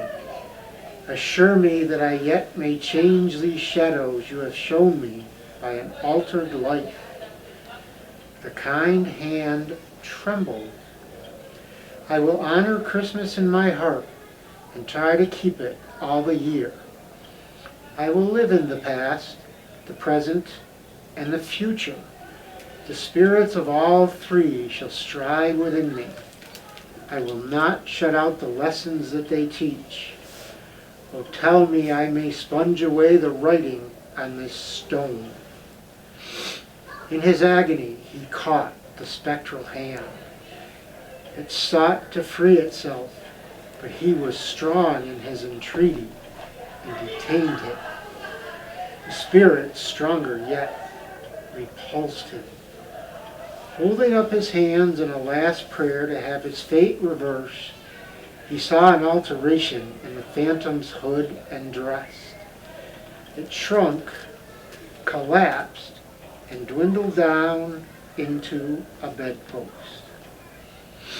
Stave 5. The end of it. Yes, and the bedpost was his own. The bed was his own. The room was his own. Best and happiest of all, the time before him was his own, to make amends in. I will live in the past, the present, In the future, Scrooge repeated, as he scrambled out of bed, the spirits of all three shall strive within me. O Jacob Marley, heaven and the Christmas time be praised for this. I say it on my knees, old Jacob, on my knees. He was so fluttered and so glowing with his good intentions that his broken voice would scarcely answer to his call. He had been sobbing violently in his conflict with the spirit, and his face was wet with tears. "They are not torn down," cried Scrooge, folding one of his bed curtains in his arms. "They are not torn down, rings and all. They are here. I am here. The shadows of the things that would have been may be dispelled. They will be. I know they will." His hands were busy with his garments all this time, turning them inside out, putting them on upside down, tearing them, mislaying them, making them parties to every kind of extravagance. "I don't know what to do," cried Scrooge, laughing and crying in the same breath, and making a perfect laocoon of himself with his stockings. "I am as light as a feather. I am as happy as an angel. I am as merry as a schoolboy. I am as giddy as a drunken man. A Merry Christmas to everybody. A Happy New Year to all the world. Hello there. Whoop! Hello!" He had frisked into the sitting room and was now standing there, perfectly winded. "There's the saucepan that the gruel was in," cried Scrooge, starting off again and going round the fireplace. "There's the door by which the ghost of Jacob Marley entered. There's the corner where the ghost of Christmas present sat. There's the window where I saw the wandering spirits. It's all right. It's all true. It all happened. Ha, ha, ha." Really, for a man who'd been out of practice for so many years, it was a splendid laugh, a most illustrious laugh, the father of a long, long line of brilliant laughs. "I don't know what day of the month it is," said Scrooge. "I don't know how long I have been among the spirits. I don't know anything. I'm quite a baby." "Never mind. I don't care. I'd rather be a baby. Hello! Whoop! Hello here!" He was checked in his transports by the churches ringing out the lustiest peals he had ever heard. Clash, clash, hammer, ding, dong, bell, bell, dong, ding, hammer, clash, clash. Oh, glorious, glorious! Running to the window, he opened it and put out his head. No fog, no mist, clear, bright, jovial stirring, cold, cold piping for the blood to dance to, golden sunlight, heavenly sky, sweet fresh air, merry bells. Oh, glorious, glorious! "What's today?" cried Scrooge, calling downward to a boy in Sunday clothes, who perhaps had loitered in to look about him. "Eh?" returned the boy with all his might of wonder. "What's today, my fine fellow?" said Scrooge. "Today," replied the boy. "Why, Christmas Day." "It's Christmas Day," said Scrooge to himself. "I haven't missed it. The spirits have done it all in one night. They can do anything they like. Of course they can. Of course they can. Hello, my fine fellow." "Hello," returned the boy. "Do you know the poulterers in the next street but one at the corner?" Scrooge inquired. "I should hope I did," replied the lad. "An intelligent boy," said Scrooge. "A remarkable boy. Do you know whether they've sold the prize turkey that was hanging up there? Not the little prize turkey, the big one." "What? The one as big as me?" returned the boy. "What a delightful boy," said Scrooge. "It's a pleasure to talk to him." "Yes, my buck. It's hanging there now," replied the boy. "Is it?" said Scrooge. "Go and buy it." "Walker?" exclaimed the boy. "No, no," said Scrooge. "I am in earnest. Go and buy it and tell them to bring it here, that I may give them the directions where to take it. Come back with the man and I will give you a shilling. Come back with him in less than 5 minutes and I will give you half a crown." The boy was off like a shot. He must have had a steady hand at a trigger, or have got a shot off half as fast. "I'll send it to Bob Cratchit's," whispered Scrooge, rubbing his hands and splitting with a laugh. "He shan't know who sends it. It's twice the size of Tiny Tim. Joe Miller never made such a joke as sending it to Bob's will be." The hand in which he wrote the address was not a steady one, but write it he did somehow, and went downstairs to open the street door, ready for the coming of the poulterer's man. As he stood there waiting his arrival, the knocker caught his eye. "I shall love it as long as I live," cried Scrooge, patting it with his hand. "I scarcely ever looked at it before. What an honest expression it has in its face. It's a wonderful knocker. Here's the turkey. Hallo! Whoop! How are you? Merry Christmas!" It was a turkey. He never could have stood upon his legs, that bird. He would have snapped them short off in a minute, like sticks of sealing wax. "Why, it's impossible to carry that to Camden Town," said Scrooge. "You must have a cab." The chuckle with which he said this, and the chuckle with which he paid for the turkey, and the chuckle with which he paid for the cab, and the chuckle with which he recompensed the boy, were only to be exceeded by the chuckle with which he sat down breathless in his chair again, and chuckled till he cried.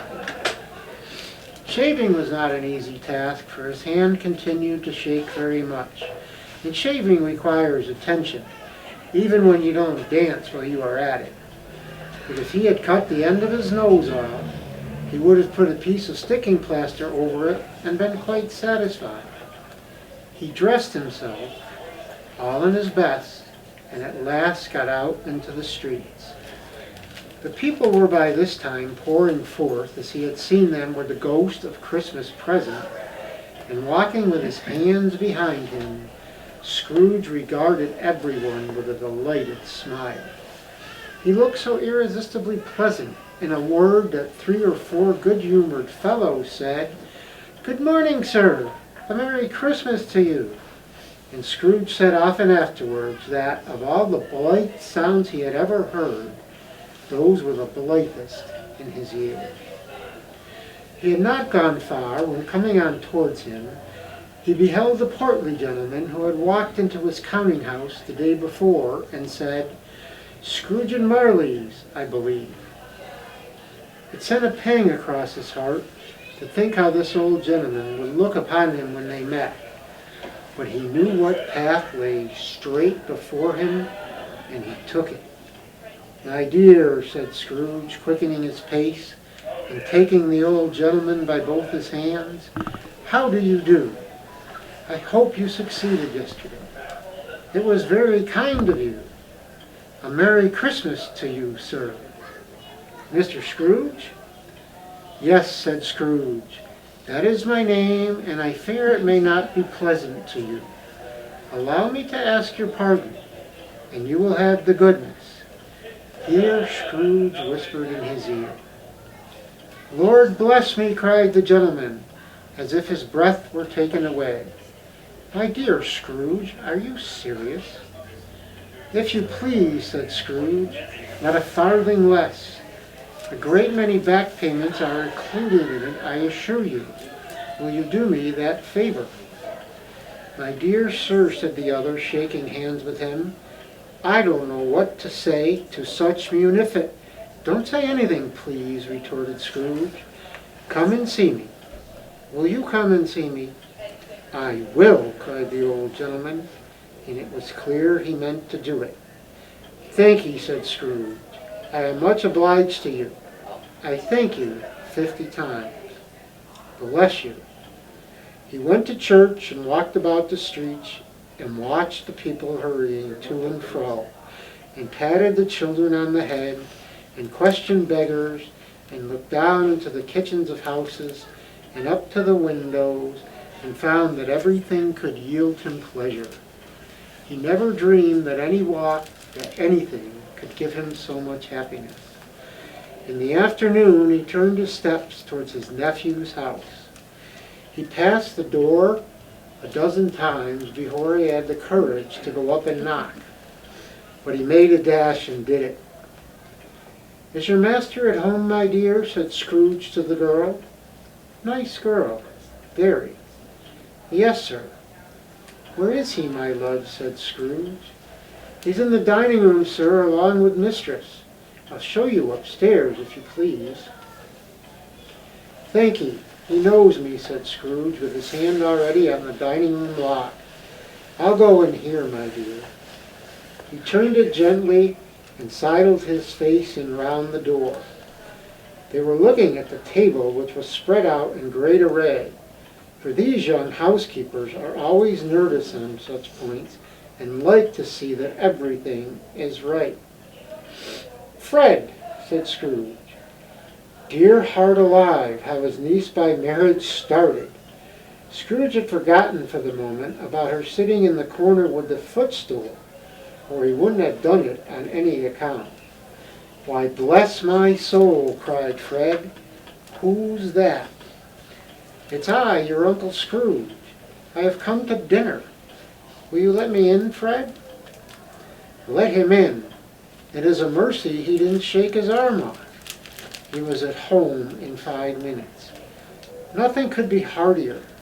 His niece looked just the same. So did Topper when he came. So did the plump sister when she came. So did everyone when they came. Wonderful party, wonderful games, wonderful unanimity, wonderful happiness. But he was early at the office next morning. Oh, if he was early there. If he could only be there first and catch Bob Cratchit coming late. That was the thing he had set his heart upon. And he did it. Yes, he did. The clock struck 9. No Bob. 1/4 past. No Bob. He was full 18 minutes and a half behind his time.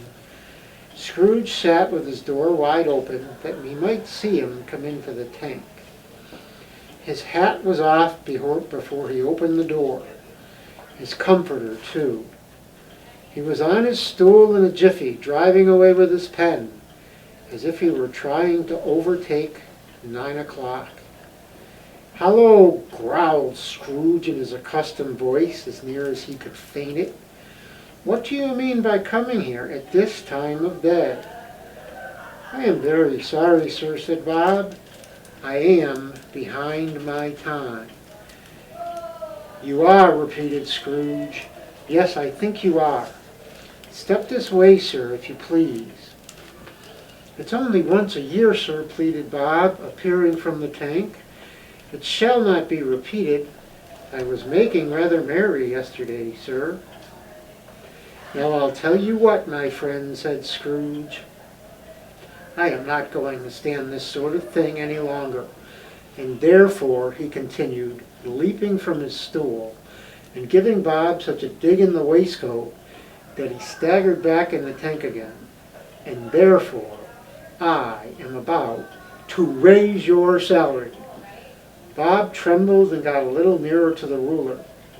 He had a momentary idea of knocking Scrooge down with it, holding him, and calling to the people in the court for help in a straight waistcoat. "A Merry Christmas, Bob," said Scrooge, with an earnestness that could not be mistaken, as he clapped him on the back. "A merrier Christmas, Bob, my good fellow, than I have given you for many a year. I'll raise your salary and endeavor to assist your struggling family, and we will discuss your affairs this very afternoon over a Christmas bowl of smoking bishop, Bob. Make up the fires and buy another coal scuttle before you dot another I, Bob Cratchit." Scrooge was better than his word. He did it all and infinitely more. And to Tiny Tim, who did not die, he was a second father. He became as good a friend, as good a master, and as good a man as a good old city knew, or any other good old city, town, or borough in the good old world. Some people laughed to see the alteration in him, but he let them laugh and little heeded them. For he was wise enough to know that nothing ever happened on this globe for good, at which some people did not have their fill of laughter in the outset. And knowing that such as these would be blind anyway, he thought it quite as well that they should wrinkle up their eyes in grins as had the malady in less attractive form. His own heart laughed, and that was quite enough for him.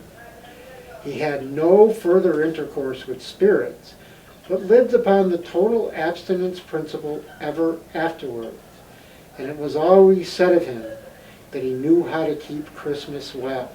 If any man alive possess the knowledge, may that be truly said of us, and all of us.